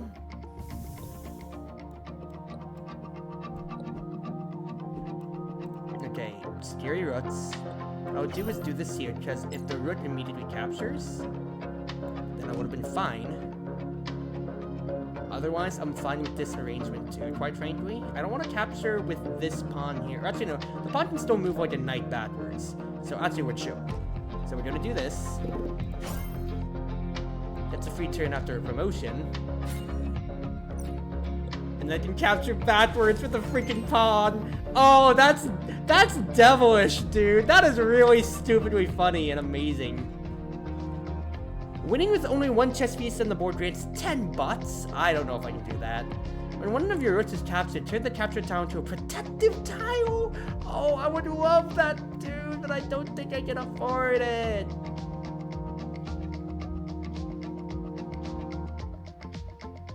I'm gonna buy another pawn for insurance, though. All right, Tal. If pawn prime. Oh shoot! I didn't know that you could. I sold the pawn because I didn't know during the cutscene you can still quit, so I just accidentally right quit though. Well, I'm glad I bought this pawn for insurance then, dude. Oops.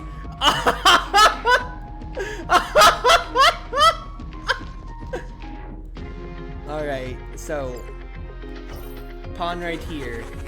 Don't mind if he's captured immediately, because we have the case for that here. Exactly so. I can have this pawn capture like a bishop. Not a bishop, like a knight. Exactly so. I skipped the turn after a promotion, so free turn, and then immediately jump back. Okay, I lost the bishop and all of that fiasco. But the fact is, I didn't screw my entire game plan after all of that. Capturing a piece in your first turn grants 4 butts. I can't do that because of how I'm trying to put a pawn down from Witch's Gambit. I think what I'll do is buy king. And then prime protective tile. The tile, let's put it on the right side leaning. It's better to put stuff on the right side leaning, because as the board naturally expands on the right, then you will have to, then everything keeps getting pushed over, you know? Because if you keep it on the left, then you're only going to have on the left side, when there's no guarantee that things will be bumped over on that side then, you know?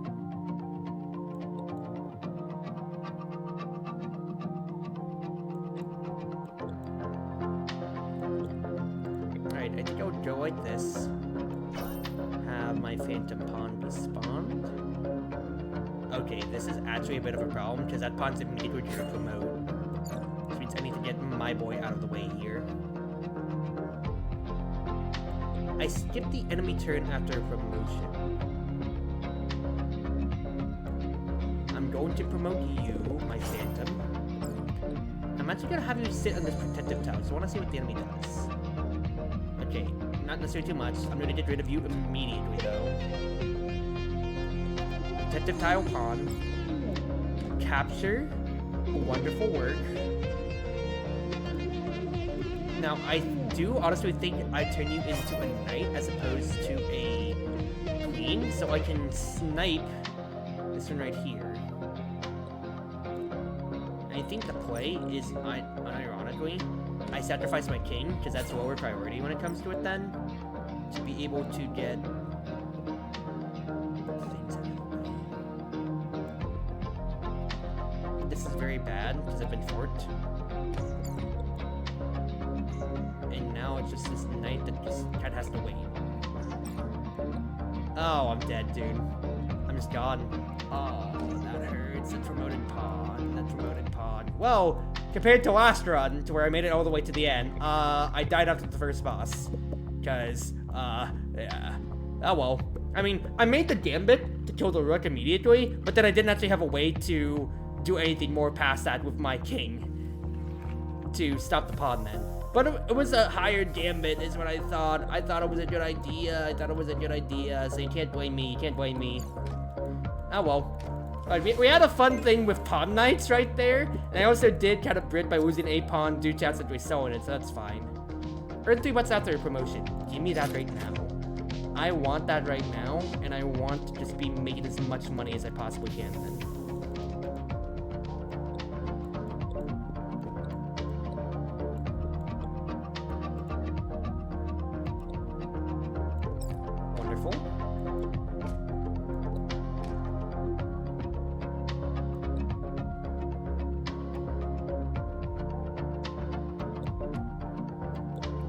This man's shadow over.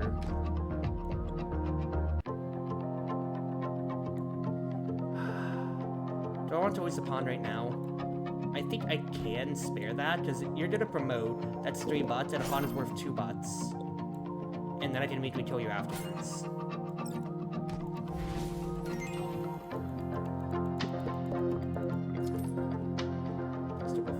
It's a queen!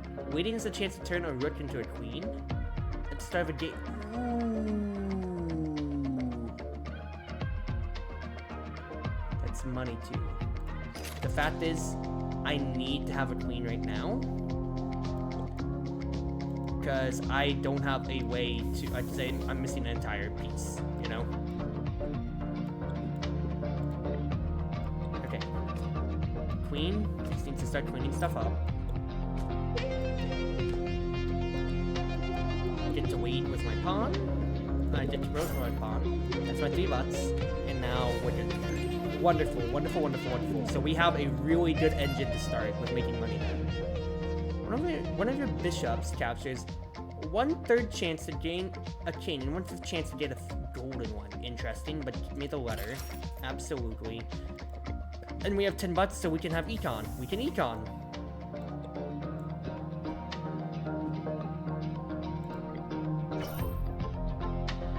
$2. Nice. Alright. Have the queen immediately capture.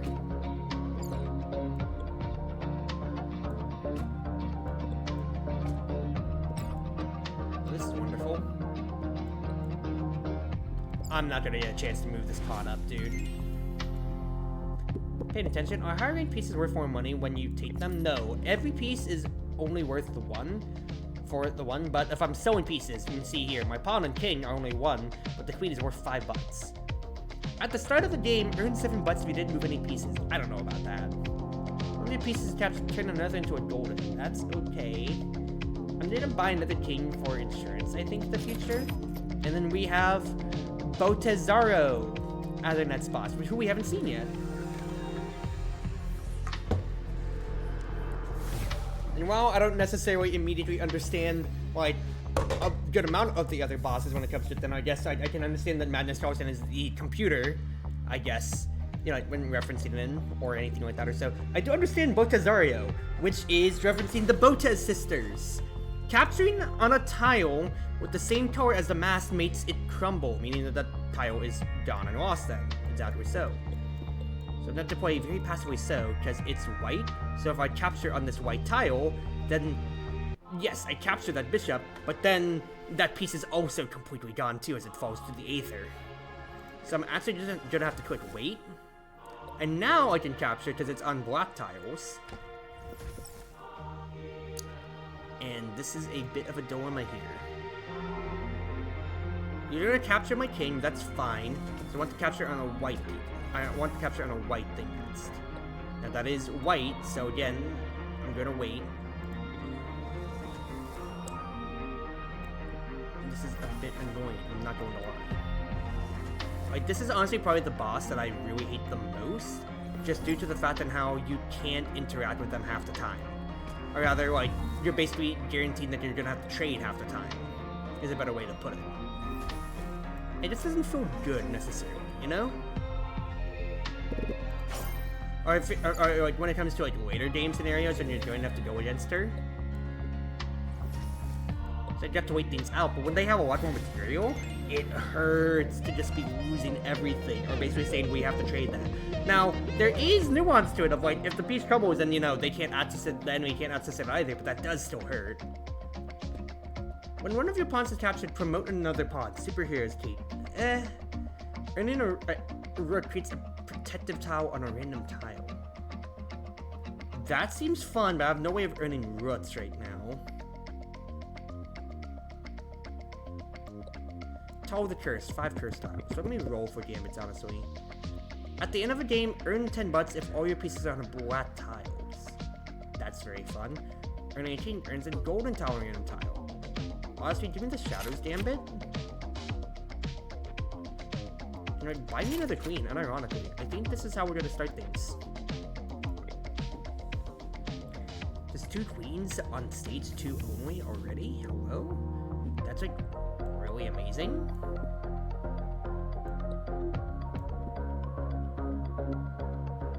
I think the plot to set my king though is a pretty strong one. I'm gonna do that. Just sat the king immediately. Tile crumbled, that's whatever. I'm looking to promote this pawn immediately.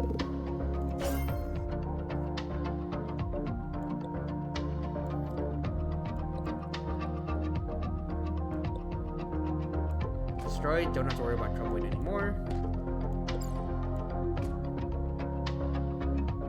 I want to end on a black tile. Gosh darn it, dude. I'm just gonna keep clicking wait and seeing if his tile crumbles. Because losing $1 in exchange for 10 bucks from Shadow's Gambit.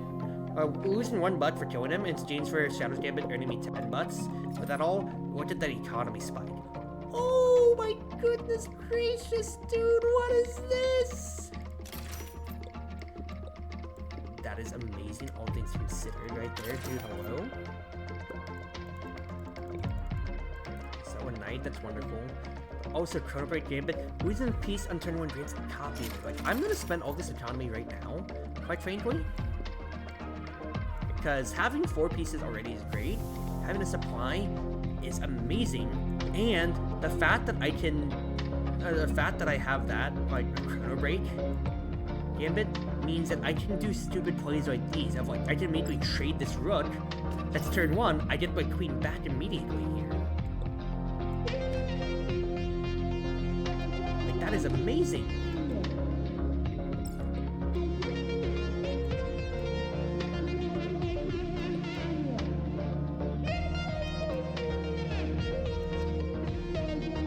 trying to get both a promotion and all my pieces on the black tile for Shadow Gambit. Wonderful. Wonderful, dude. I preserved all my queens. I got 10 butts out of it. I got the promotion for red race flag, and I'm back up to 30 butts already. Oh my goodness! Your pawns are instead counted as roots. For if I like gain like for anything or any games that said roots. Your pieces can go through holes. Interesting. Not necessary, I think, though. I'm gonna keep showing though. I want my econ machine like just moving fast, quite frankly. And then honestly, I'm just gonna do the same thing again. I'm just gonna immediately sat a queen. That's a turn 1 sat. I get it back from Chrono Break immediately. And we just start killing everything, dude. We just start killing everything. I shouldn't have killed. I should have killed the freaking what's his face. I should have killed the bishop instead of the knight, since the bishop's in a white town. I can't do my Shadow Gambit then. Oh, that hurts. Waiting during crumble mode grants a random piece. Hello? Econ machine? What the heck? Also, shop pieces reduced by 30%. I should have bought that in a different order. What am I doing, dude? Alright, it's fine. It's fine. I think I am gonna buy a random token though, because I don't want to have too many queens for a towel here. Exactly. I'll take a king. That's totally fine. But like, holy crap, dude, this is a really good econ. Now, of course, I'm gonna have to pivot after everything here, but this is a really good start. Like, a very, very good start. Alright. Game plan. Kill the pawn, because if the queen takes it, then I immediately take the queen right afterwards. Because he's gonna be forced. That's 5 butts from Grandma's Water too! Yes! Yes, baby girl!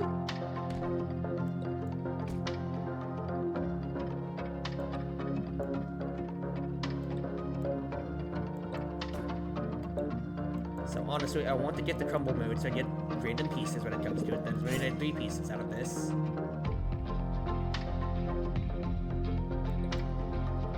So wait. Wait. Wait. That's wonderful, quite frankly. Yes, you promote, but everything's on a block tile, so I get Shadow Gambit. I have a bunch more material to work with for Tau. And I got 15 bucks, which I can immediately spend on the upgrade too for another one. Skipping 3 shops in a row destroys this game and gives a special reward. What the heck? Golden pieces not reset at the end of the game. What the heck? What the heck? Skipping 3 shops in a row destroys this game and grants a special reward.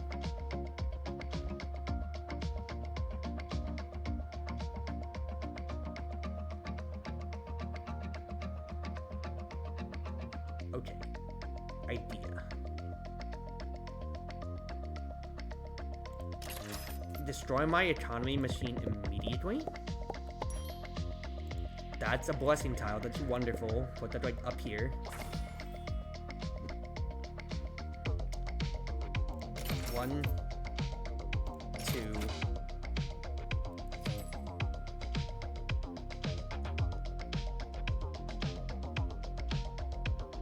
3. Sell a pawn. Buy the AFK's Gambit, and now I am skipping all shops in the future then. Actually, I should have sold shop card, actually, instead of Grandma's, to make space for AFK's Gambit. But now I can really put everything on the board if I want, in this case and now. I have 8 pieces, halfway through the game just about then, and I have Chrono Braid to allow me to get more queens, and I have Zen's Gambit to generate me my pieces that I lose. This is actually an amazing, amazing way that I've made my economy. Plus I did whatever AFK's Gambit gives me too. Now of course, it's gonna be harder for Shadow Gambit then in that case then for me to get everything on block tiles, but point stands here. So that is an elite knight.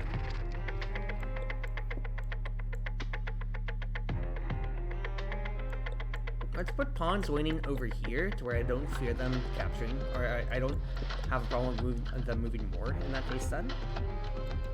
And otherwise, immediate docking. If I... You didn't capture. You are a very curious individual. Well, the queen's actually not in any risk otherwise then. So I'd rather have this guy move up. So, I don't mind having a king die. Oh, but that's a huge problem potentially, because the knight is going to kill everybody. Alright, just trade the bishop. If I lose a queen for it, then so be it then.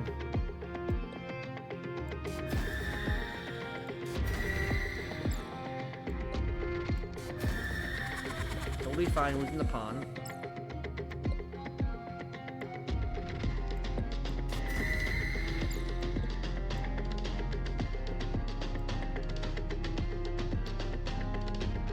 I just want to time this dastard out, if I can help it, to crumble mode so I can start waiting. I could wait. That's a pawn I got. That's a pawn I got. I'm gonna cash out right here. I'll cash out right there. I got 2 pawns. Since I already have 4 pieces on the board, I'm ahead on tempo. I don't mind having a king die in chess. I never thought I'd hear that. That's really funny. So again, gotta skip shops. So that's AFK Gambit 1 for a special reward, whatever the heck that means. An elite queen. That's disgusting. That is disgusting.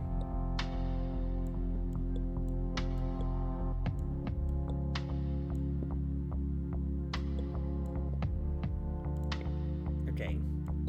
Have a knight. Because dies first, and I get the gambit off of it then.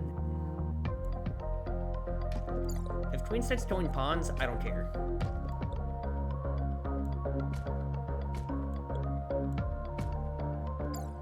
This is a problem.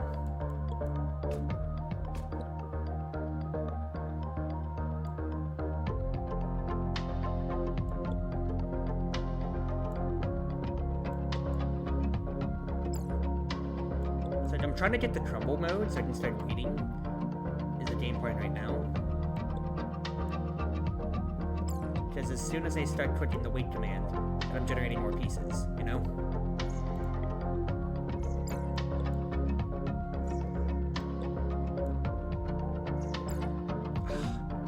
Forcing my hand.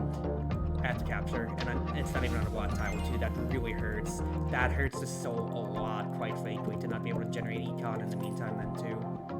Right? Oh, I quit upgrade instead of...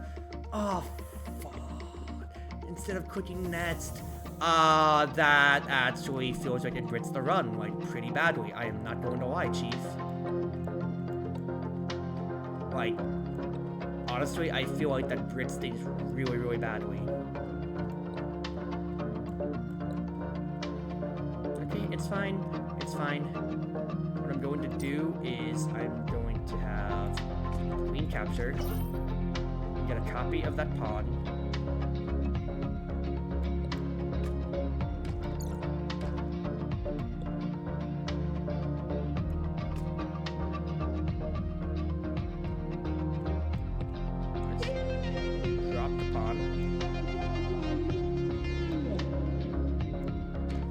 capture.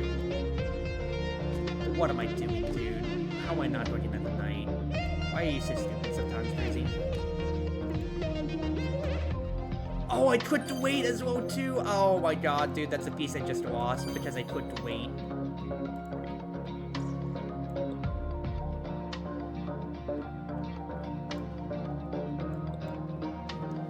Can I get, like, a better piece than a pawn, though? I'd really appreciate that. Oh, dude, this really hurts a lot because it takes a moment for that next marker to pop up. I better get a really good reward for AFK's Gambit. I should have been getting it this shop, too, is the thing that pisses me off the most here. I should have been getting it this shop, but instead I'm not.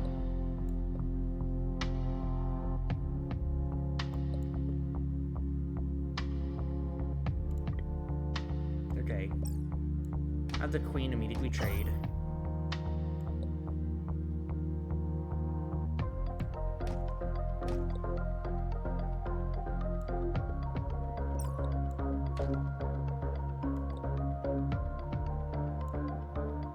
Oh, what am I, dude? You know, I'm so tilted by myself here. What am I actually doing?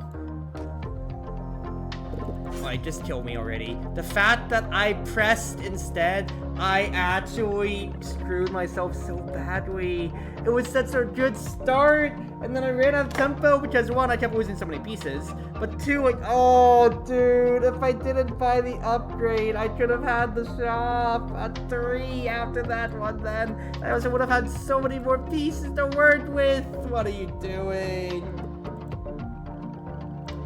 Alright.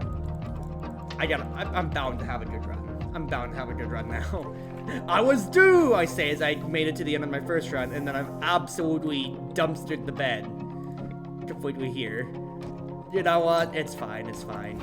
You see, like, I'm already having so much fun combination tool-wise, dude. But that was such a good start.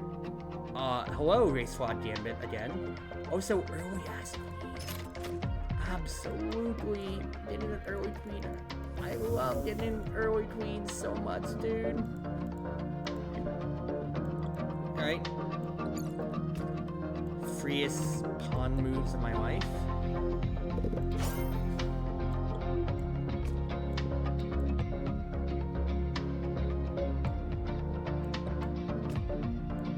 So I'm not going to be able to promote, unfortunately, after all of that, but hey, I got a promotion.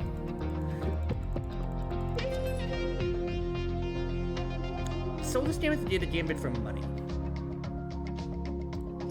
Might as well. At the start of the game, earn 7 bucks if all your pieces are on a white tile. I'll take that. White tile Andes.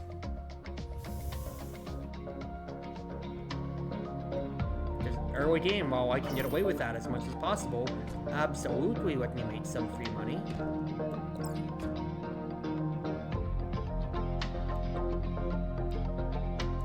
Block off the enemy pawns so they can't move.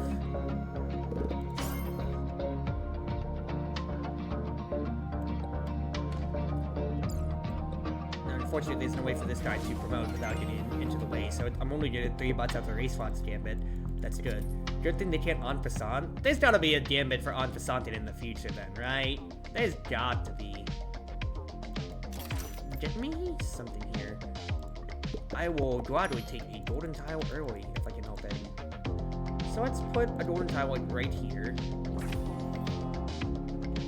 And then we already enjoyed Twisted Game last time, so let's take that. So now I have 2 econs.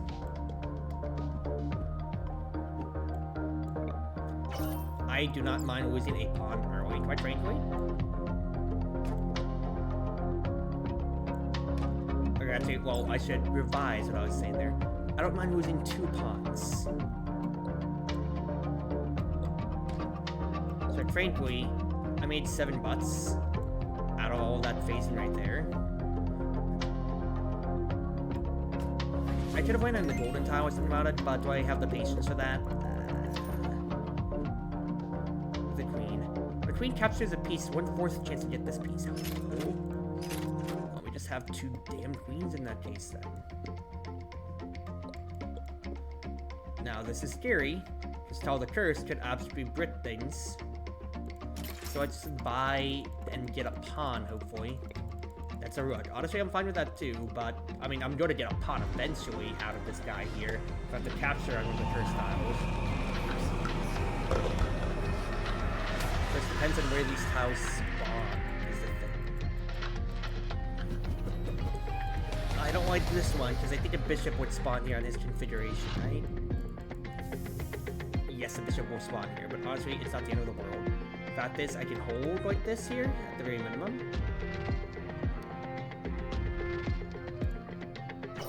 Get my money. Not threatened anymore.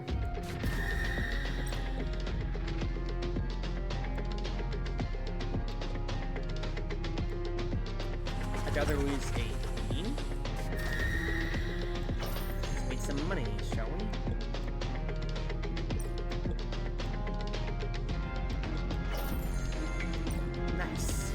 Actually perfect. 4 more butts out of the end of all of that. I didn't get anything out of Aphrodite's Gambit, but that's fine. Trapping a piece gets you 2 butts. Losing a piece gets you 2 butts. It's okay. I don't care too much about that. I think I will buy a tile token though.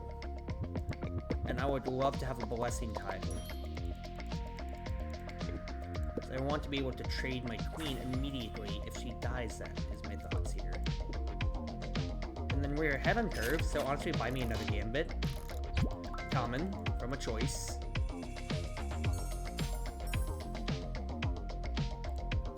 Golden piece is not reset. If one of your bishops is captured, see the random piece. Give me King Midas's, quite frankly.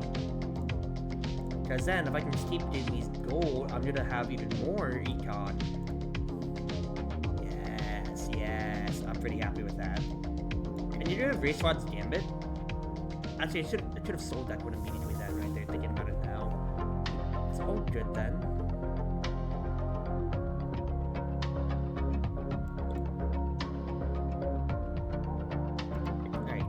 Immediate play. Move this queen right here so it's baited to die by the rook. Wonderful start.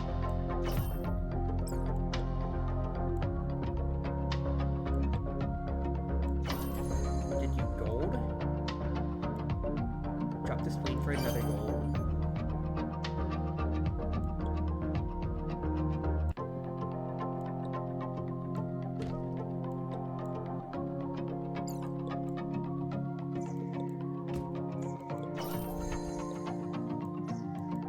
Everything needs to be gold.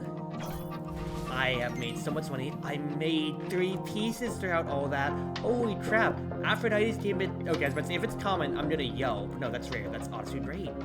Captured on a white tile is a 1/3 chance to create a phantom tile.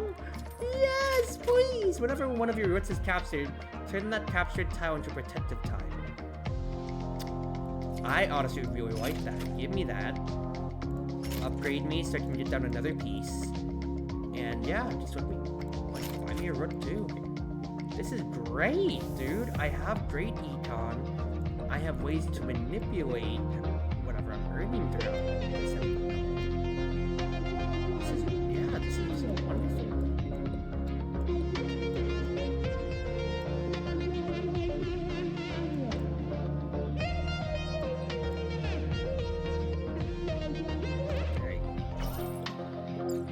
Mind this one rook dying, because that's a protective tile I get immediately out of it, is the thing.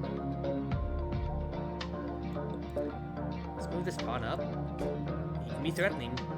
Oh, he is threatening.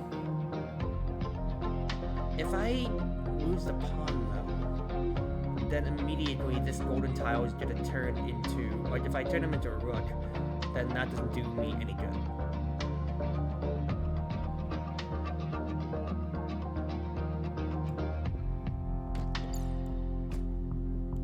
To do rather is turn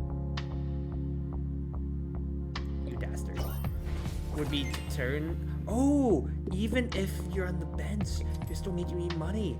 Hello? Phantom tiles have a chance to trigger twice more. Twist this Gambit again. Give me a random chess piece and then I think I'm just gonna be tile matsing here as much as I can. So I'm getting a lot of pieces already naturally. I'd like to have another golden... I don't mind another protective, quite frankly, either, though. Because capturing on a white tile has a chance to create phantoms. So in that case, then, I would like to put all of these on black tiles, then.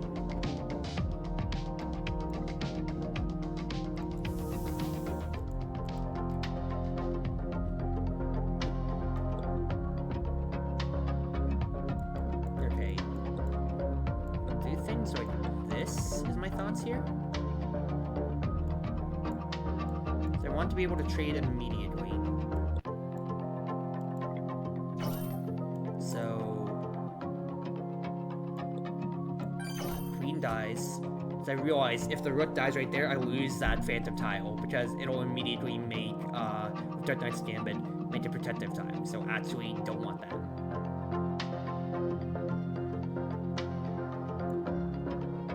What am I doing?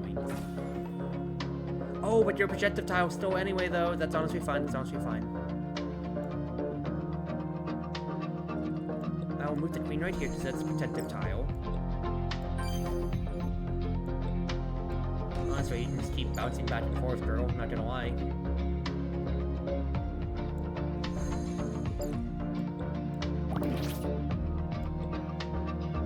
chill.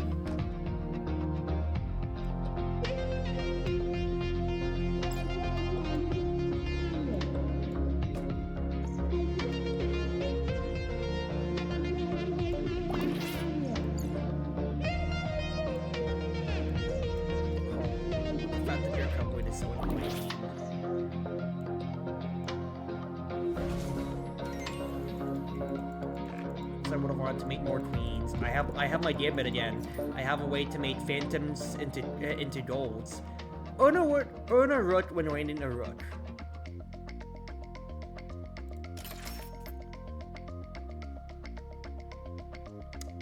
Interesting.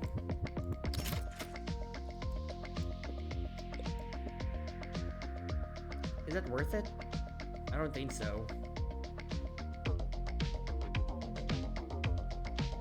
Pretty happy with what I have gambit-wise right now, I'll be honest with you. I think we're just chilling on my money.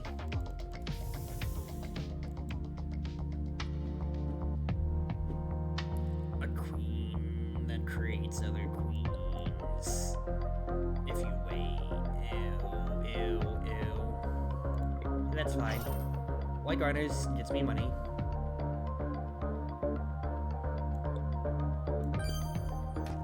I'll go ahead and do that. That way I can start having movement tempo. Positive movement tempo.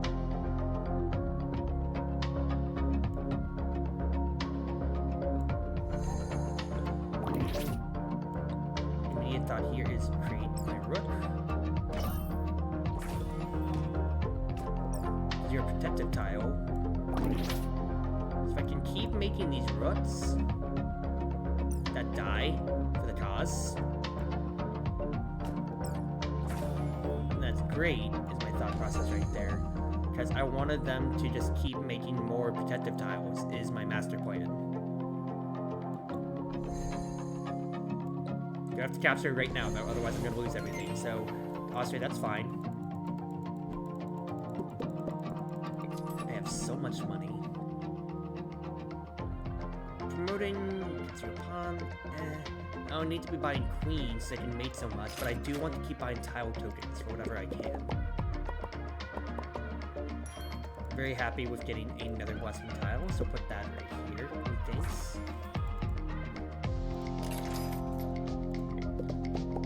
I should have waited for the chicken to go back the other way. Alright, another blessing. Totally fine with that. Put that like here.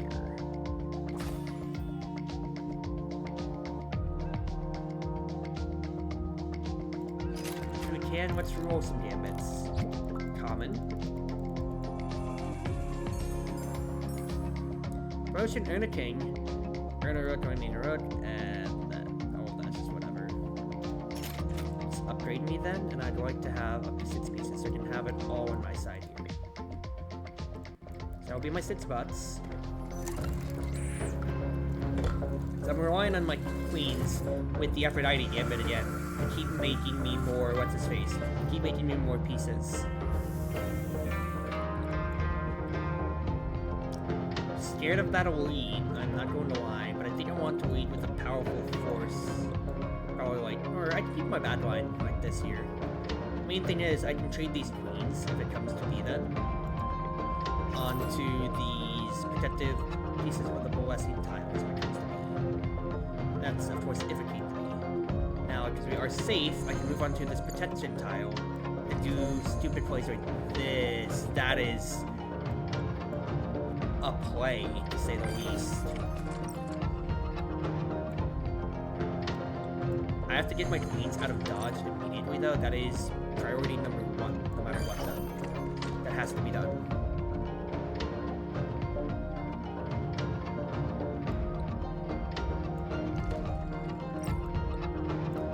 Trouble, move him onto protected tile. I can't move the queen here without it getting sniped.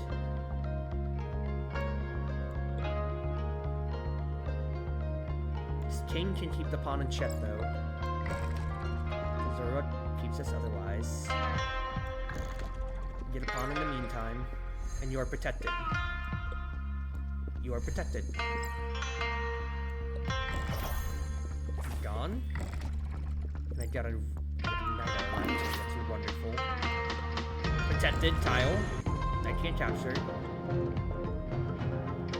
Oh, but I made a ghost. I made a phantom tile from Lowest on my 1 gold tile. Dude, are you kidding me?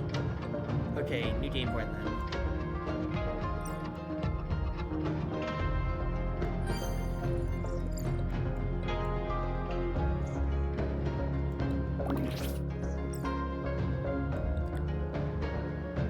Wait, I lost something. I didn't see what piece I lost there. Oh, you gotta be kidding me.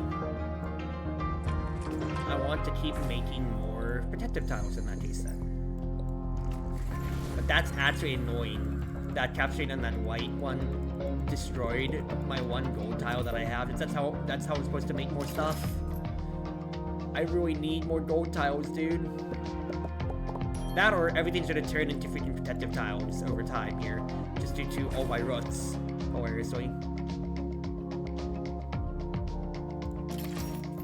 Let's see what I get out of this.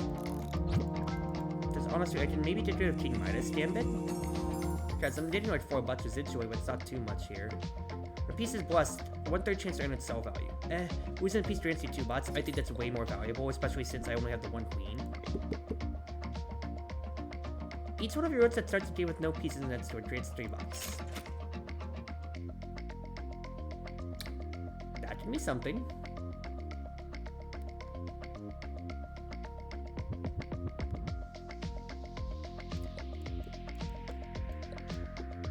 Because then my setup would look like this, just about.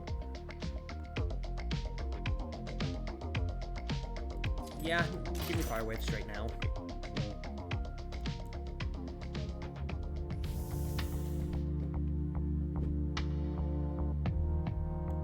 My only concern constantly is, what's his face, is stuff like this here. Exactly so.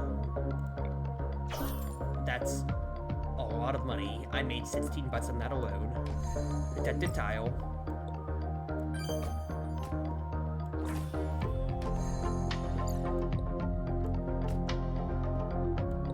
Scary. I don't mind losing the king.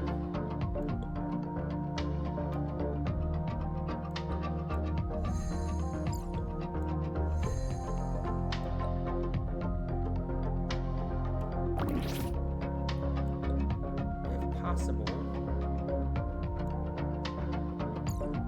Ah, damn it, dude. I should have just not read it. I should have just gone ahead and put it right there. That way I could write some protected tiles down here.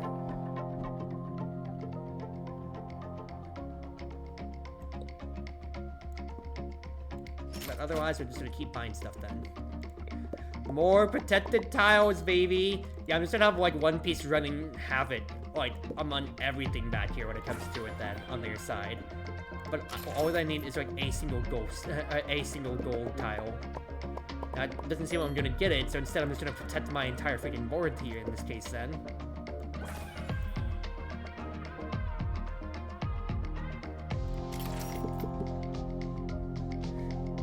Phantom tiles have a chance to trigger twice. I don't have the turns for that when it comes to it, quite frankly, so it's not worth it.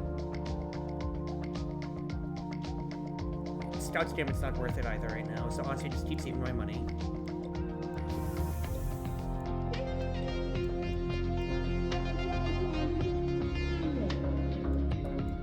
This is horrible. I think I honestly just go like this. Right?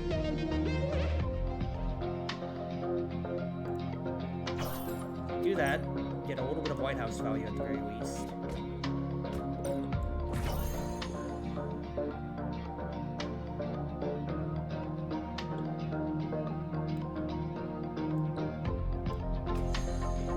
Good capture.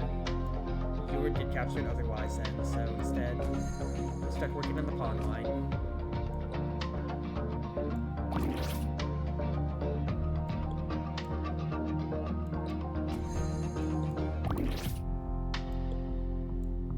I do like this, that way at least I get another protective tile. And then we chill. Nice. Not bad. 16 butts out of that. Another queen I will take.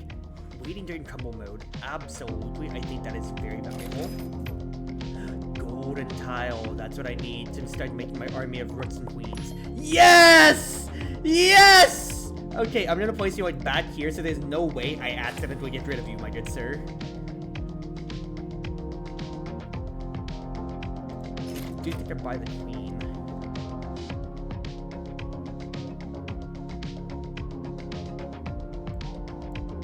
Right now I can place 6. I think I upgrade right now and buy another one in case.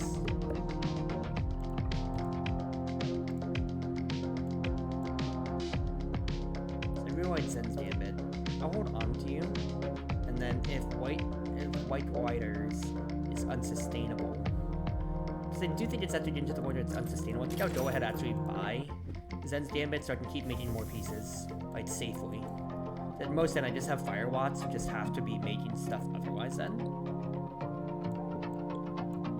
which case, I'll just do something like this.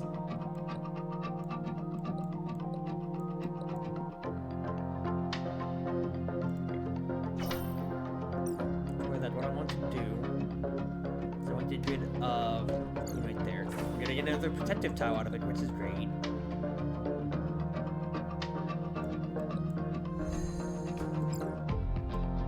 Alright, now game point is preserve this one rook that I have. That is highest priority number 1. Now these protective tiles, I can just keep going around doing stupid stuff like this. Main keynote is that I want to keep making as many phantoms as I possibly can right now.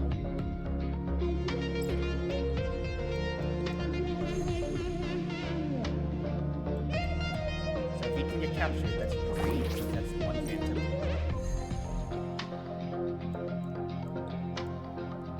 This is 2. Protect. Put the column there. I'm gonna have to capture. So I didn't get to generate anything phantom-wise into gold, but quite frankly, I made a lot more protective tiles, which is honestly pretty high value for me here, I do think. Now, I didn't get to do anything for waiting, but that's totally fine. No! It's not towards the trap! I mean, it's fine, honestly. Yeah, that's really is fine. I do something like... let's put it right here, then. But instead, I'm gonna have like an immortal piece walking around the board in time here then. And just buy me some cheap pieces. I think I'd rather take cheap since I can generate more queens.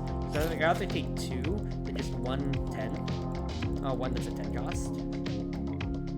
But that, I'm willing to die by this 1 rook if I can help it then too.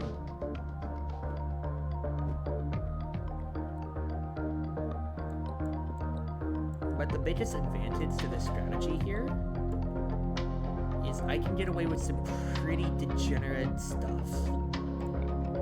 Such as having this queen immediately move up.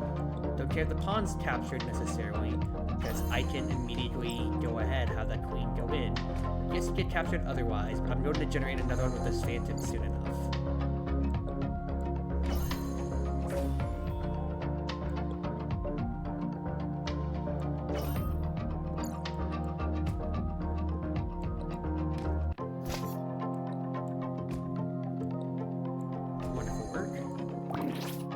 It is just the queen's game, unironically.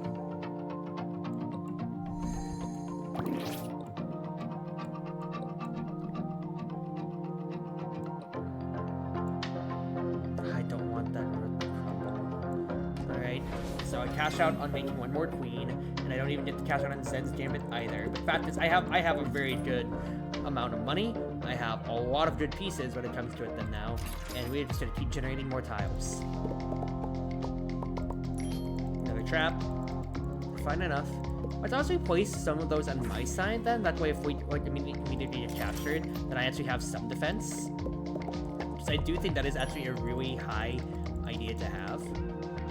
Just putting more of these here. That way in case, yeah, a queen students like blitz me. Then a little bit of a way. There's AFK's Gambit. Honestly. Go ahead, let me do that then.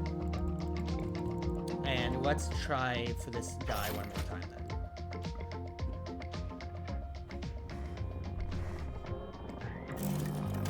have destroyed my econ, and I'm not gonna care too much otherwise then.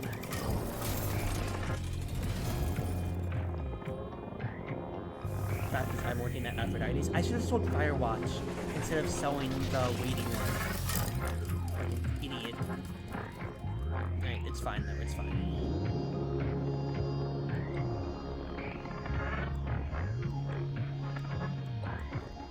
Fact is, I want to wait as much as I can to start here.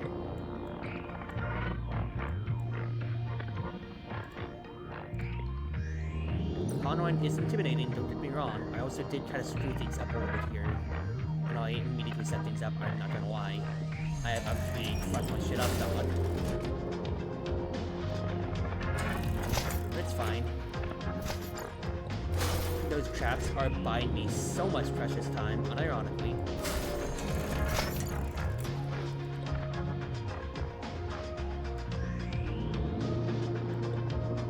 Yeah, I kind of fucked up my pre-positioning by like a huge margin. I'm not gonna lie here.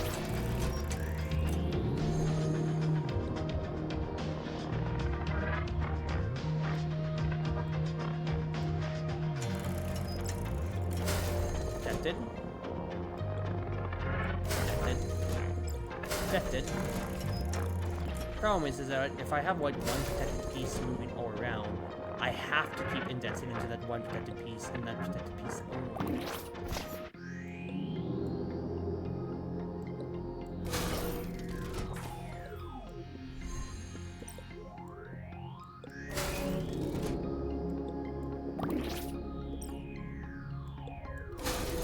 Totally fine. So I don't put anything, of course, when it comes to it then. So we keep going on. Carry the Banished. That's honestly fine. I do not mind you, considering all the protected tiles that I have.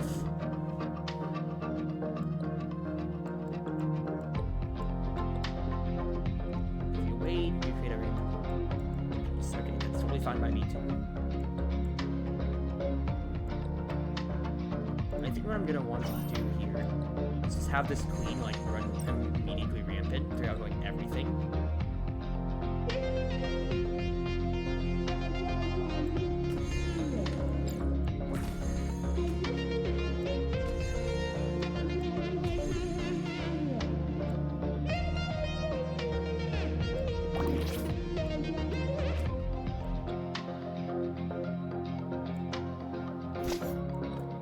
Queen clone created, wonderful work.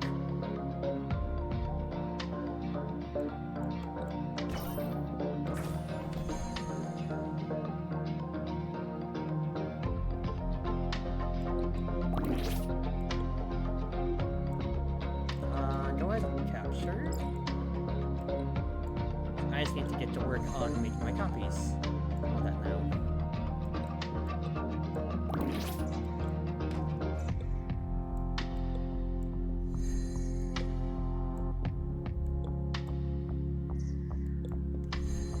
Cash out.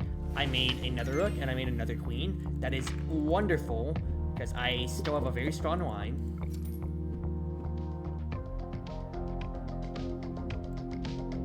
Still can't buy anything. Running AFK's Gambit just keep ticking so I can actually use it this time.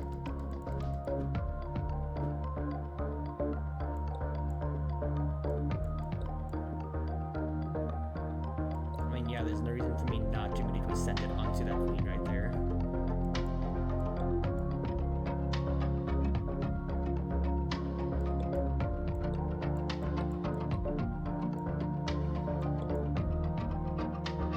Sacrifice a rook, especially so.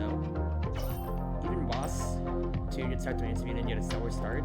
See, like, it absolutely does seem like it on getting, like, potentially getting Brits super early if you aren't ready to manage, like, how fast the bosses can snowball, especially since, you know, you don't, what's his face, since you don't have a way to get your pieces bad, it's all about managing, like, your calculated losses and risk, which can be a lot more daunting than you immediately think about, you know? But I feel like that's a good beauty with this game too, especially understanding as you go on, especially so, what you can or can't realistically do then, you know? For your pieces and all that. Oh, what you should be doing. Your pieces can pass through your other pieces. What the heck? I might hold on to you, but otherwise then... skip. When a pawn captures a piece, skip the enemy's turn. What the heck? I don't have any... Actually, no, I have 2 pawns to work with in that case then. But what the heck? 3 pawn turns? If I just capture it upwards? Hello? That seems ridiculously stupidly good.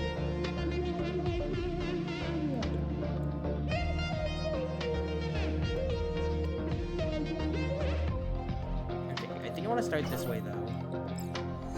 I did that wrong. I meant to capture the rook. What have I done? Wait, I can have a protected pawn, just to, like, move all the way upwards like that.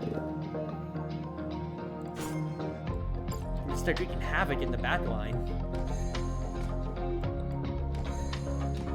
Okay, I did just lose a pawn. Honestly, sell some stuff so I can get some more pawns. In what world? For me to say, you know, it'd be really great if I got another pawn, guys. That's honestly really funny, just thinking about that outwardly. I would really love to get another pawn to use, ladies and gentlemen.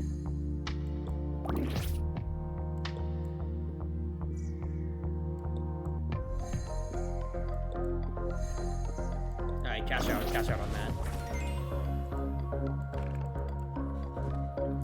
So I think I have enough phantom tiles, so getting rid of rolls now doesn't feel bad at all. I'm just gonna upgrade twice. I still have so much money. So I do think I would like Ghost Gambit, and then if I can find a way to manipulate how fast pawns can move.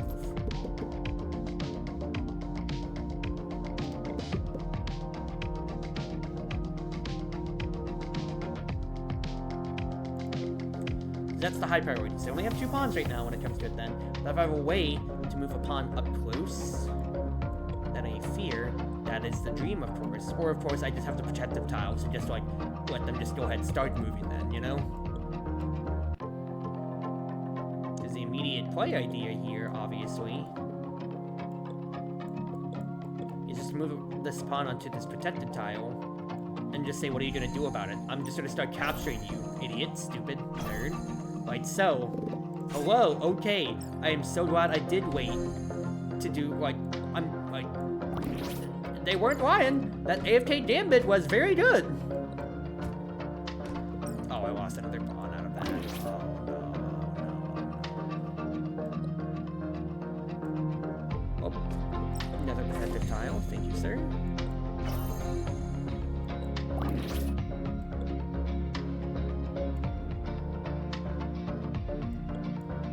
Let me make another queen, if you would. Nice.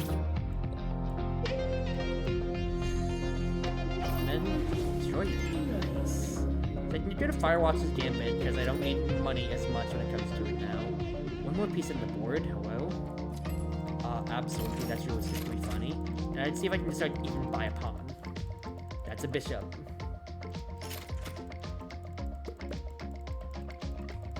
That's 2 queens. I'm actually suffering from success right now, dude. Another AFK Gambit? What would I even get then?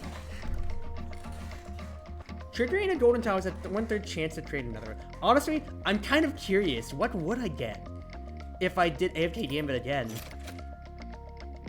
I'm kind of curious to try that out. Like, would I get... Because I can't get Thunder's Gambit again, would I? What the heck? Hello? I'm curious. Okay, game. Alright, take our roll. Well, nice setup. Unfortunately, I have 2 pawns. So, like, unironically, I'm about to go sicko mode on you. So, 1,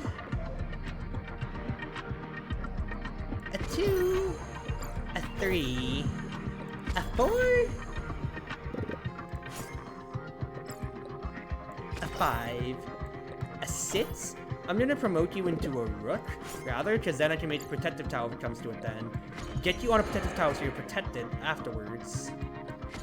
And then that queen's gonna start wreaking havoc. which is no way for me to stop that necessarily. So the best I can do is just trade. That's all that we can do right now, is just trade.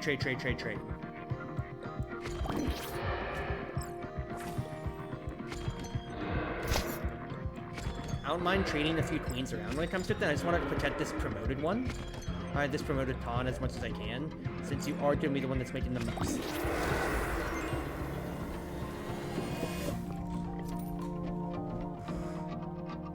After your first turn, protect your roots. That's really funny. Alright, Madness Carlson as my last one. I can have 11 pieces on board, which I'm absolutely going to put as much as I can. Thanks to Oshaya's Gambit.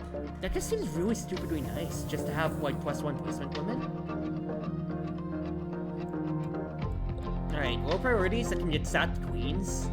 That can get sat to those queens, absolutely going right here then. Otherwise, I can't get a perfect promotion line with my pawn here. But I can work this side of the board pretty well. So we're gonna do that. So 1, 2, 3.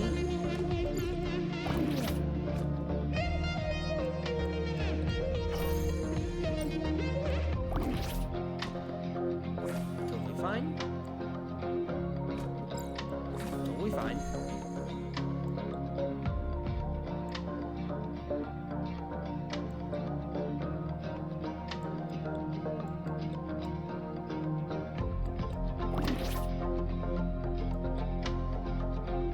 Go ahead, capture this one so I can just get another protective tile.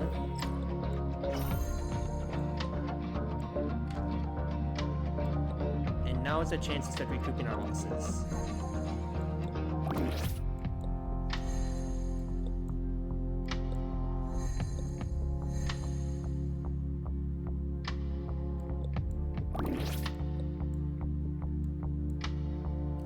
Gotta start crumbling. Alright, nope. I get to generate another queen, that's totally fine. Just want to have as many pieces as I can, because I'm only up to 10. Only! The fact that that's my problem is that I'm only up to 10 is really funny. I also don't like how I still only have the one pawn, but it's chill. It's actually chill. So I'm gonna capture this way, I do think. So 1, 2, 3. Wonderful. Queen me.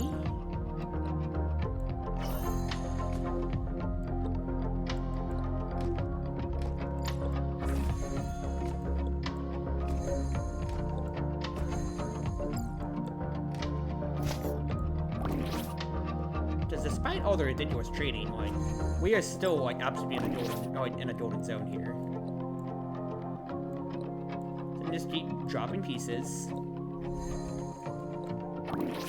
Keep making copies.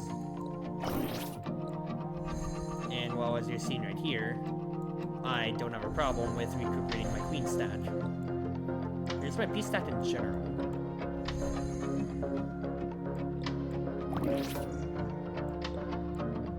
Oh, I just lost the queen doing that.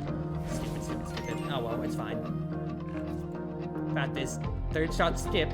I'm gonna see what I get out of a second AFK Gambit. Coconut Juice's Gambit. Weight is now unlimited, so it seems to like you get a good amount of pieces and a random legendary Gambit. Weighting being unlimited kind of seems ridiculously nice. I'm not gonna lie though. It also seems ridiculously nice. They can destroy literally all their pieces without even a care in the world here, as these pawns just modded them all. Y'all want to see something really sick? 2, 3, 4, 5, 6. Honestly, it could have honestly gone really bad if the crumble piece got rid of the one pawn that I had on the side. But otherwise, like, as you can see here, we're kind of really good people.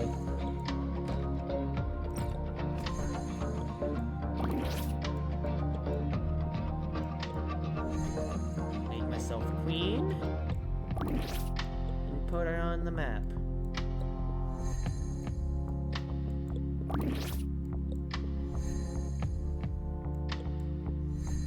There's actually no way for me to put another queen, so I kind of gotta let this go, fortunately, here. That's really nice. I can see how the weight, because especially for all the stuff that synergizes on weight, can be really good. Like, we're kind of chill here. I have so much money, too. I can just keep re-rolling for whatever that I want at this rate, hilariously enough, too.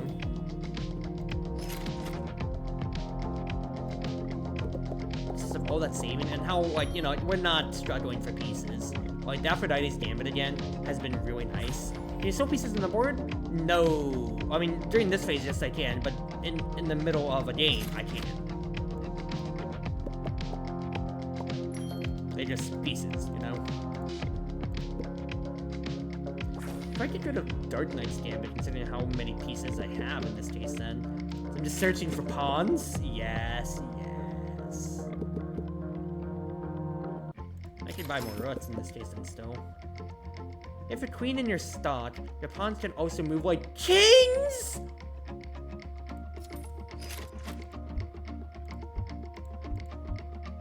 Whoa.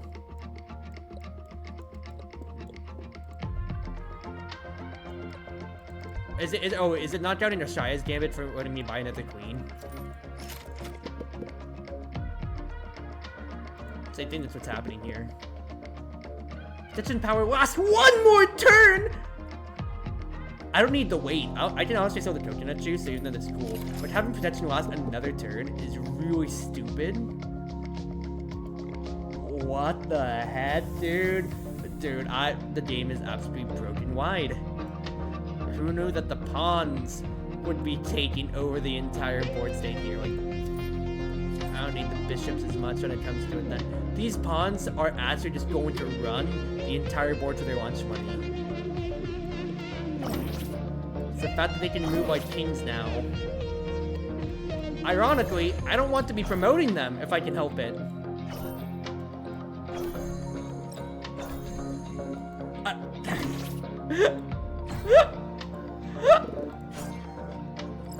The enemy didn't get a single chance to move!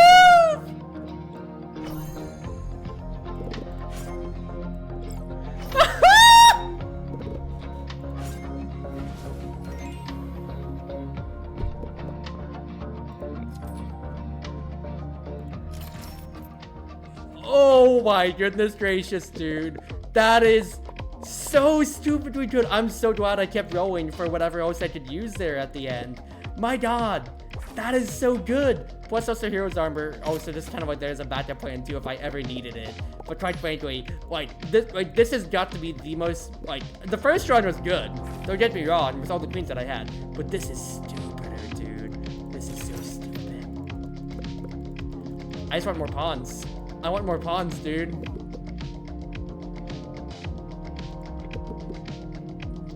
Pawn. Because this is the last fight anyway, then. Pawn. Skip enemy's turn after a promotion! Okay, sell everything that isn't queens or pawns.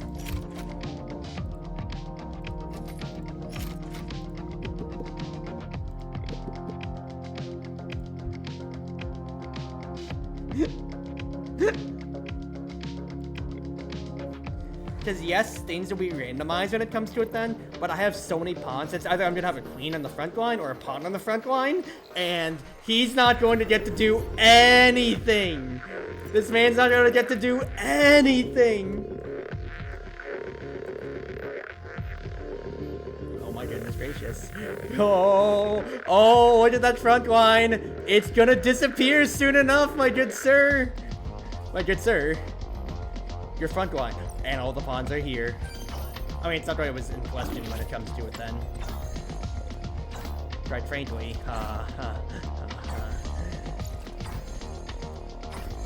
that's gonna be 12 more turns that I'm skipping all throughout. I wish I could just choose not to promote the pawns. I'd love to keep them exactly as is.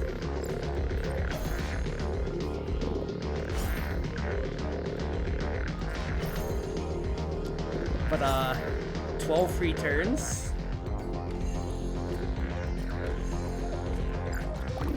yeah, nice board you got right there, my good friend. See ya!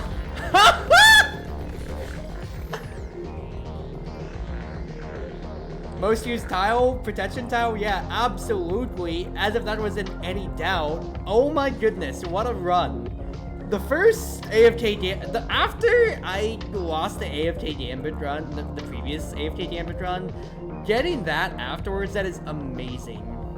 So I am calling it right there on Gambonanza, but this has absolutely been a wonderful experience. Right now, again, the demo is free at the moment on the Steam store. They say 120 out of 200 right now gambits we've seen, and y'all didn't even get to see a lot of stuff when it comes to it then. So yeah, promotions are permanent. For example, as another legendary I've seen before, Waiting Upon promotes it. And there's a lot more other stuff we haven't seen. Is that Jimbo? Joker's damn it. Moving a bishop has a 1 chance to modify the current tile. That's hilarious. As another legendary, there's a lot more stuff when it comes to it than to keep exploring, as we've already seen, and everything like that too. We haven't seen. I know my offline one, I had Demon's Gambit. Capturing on a block tile skips the enemy's turn, and you just keep going on from there, as you saw, and it's just stupid.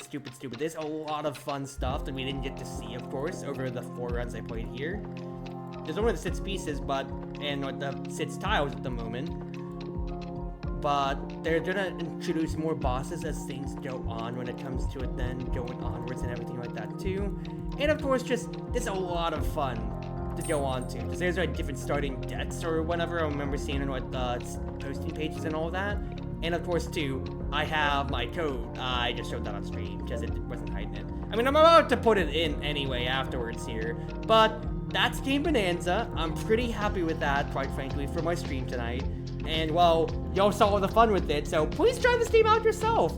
Again, I did get this through a marketing email, but hey, quite frankly, it worked. I'm pretty happy with it. I will gladly play this in the future. So, wherever you are, wherever you may be, whether you're on Twitch, Twitter, YouTube, or more, it's been your Wonderful Wind Mage, your Cruz Ship servant, Chartreuse Proxy, everyone always at your service now. Whether it be morning, afternoon, evening, or night, at least from my side of the world, have a wonderful night now, y'all. And thank you all for all the love again now. Please take it easy and just let us have ourselves a good night. Actually, wait. I should be looking to re-rating somebody. Hold on. Let's take a look around to see who we can raid.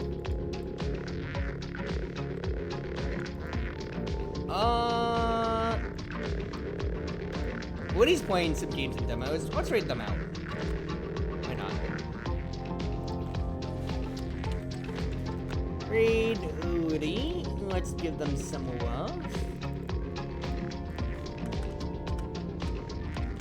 The cruise ship has landed. Proxy raid. To be sure to give them all the love out when it comes to it then. I have no idea what they're playing then. Dense Attack, Homer Hime. Well, that's not Dense Attack, so I'm just this is Homer Hime that they're playing right now when it comes to it then. Won't this be like 3D fighting? Arena fighter? Whatever. But yeah, take it easy, y'all. I'll see if I'm streaming again tomorrow. But at least for now, have a wonderful night now, y'all. There's some sauce here. Okay. Interact with the blue object to finish the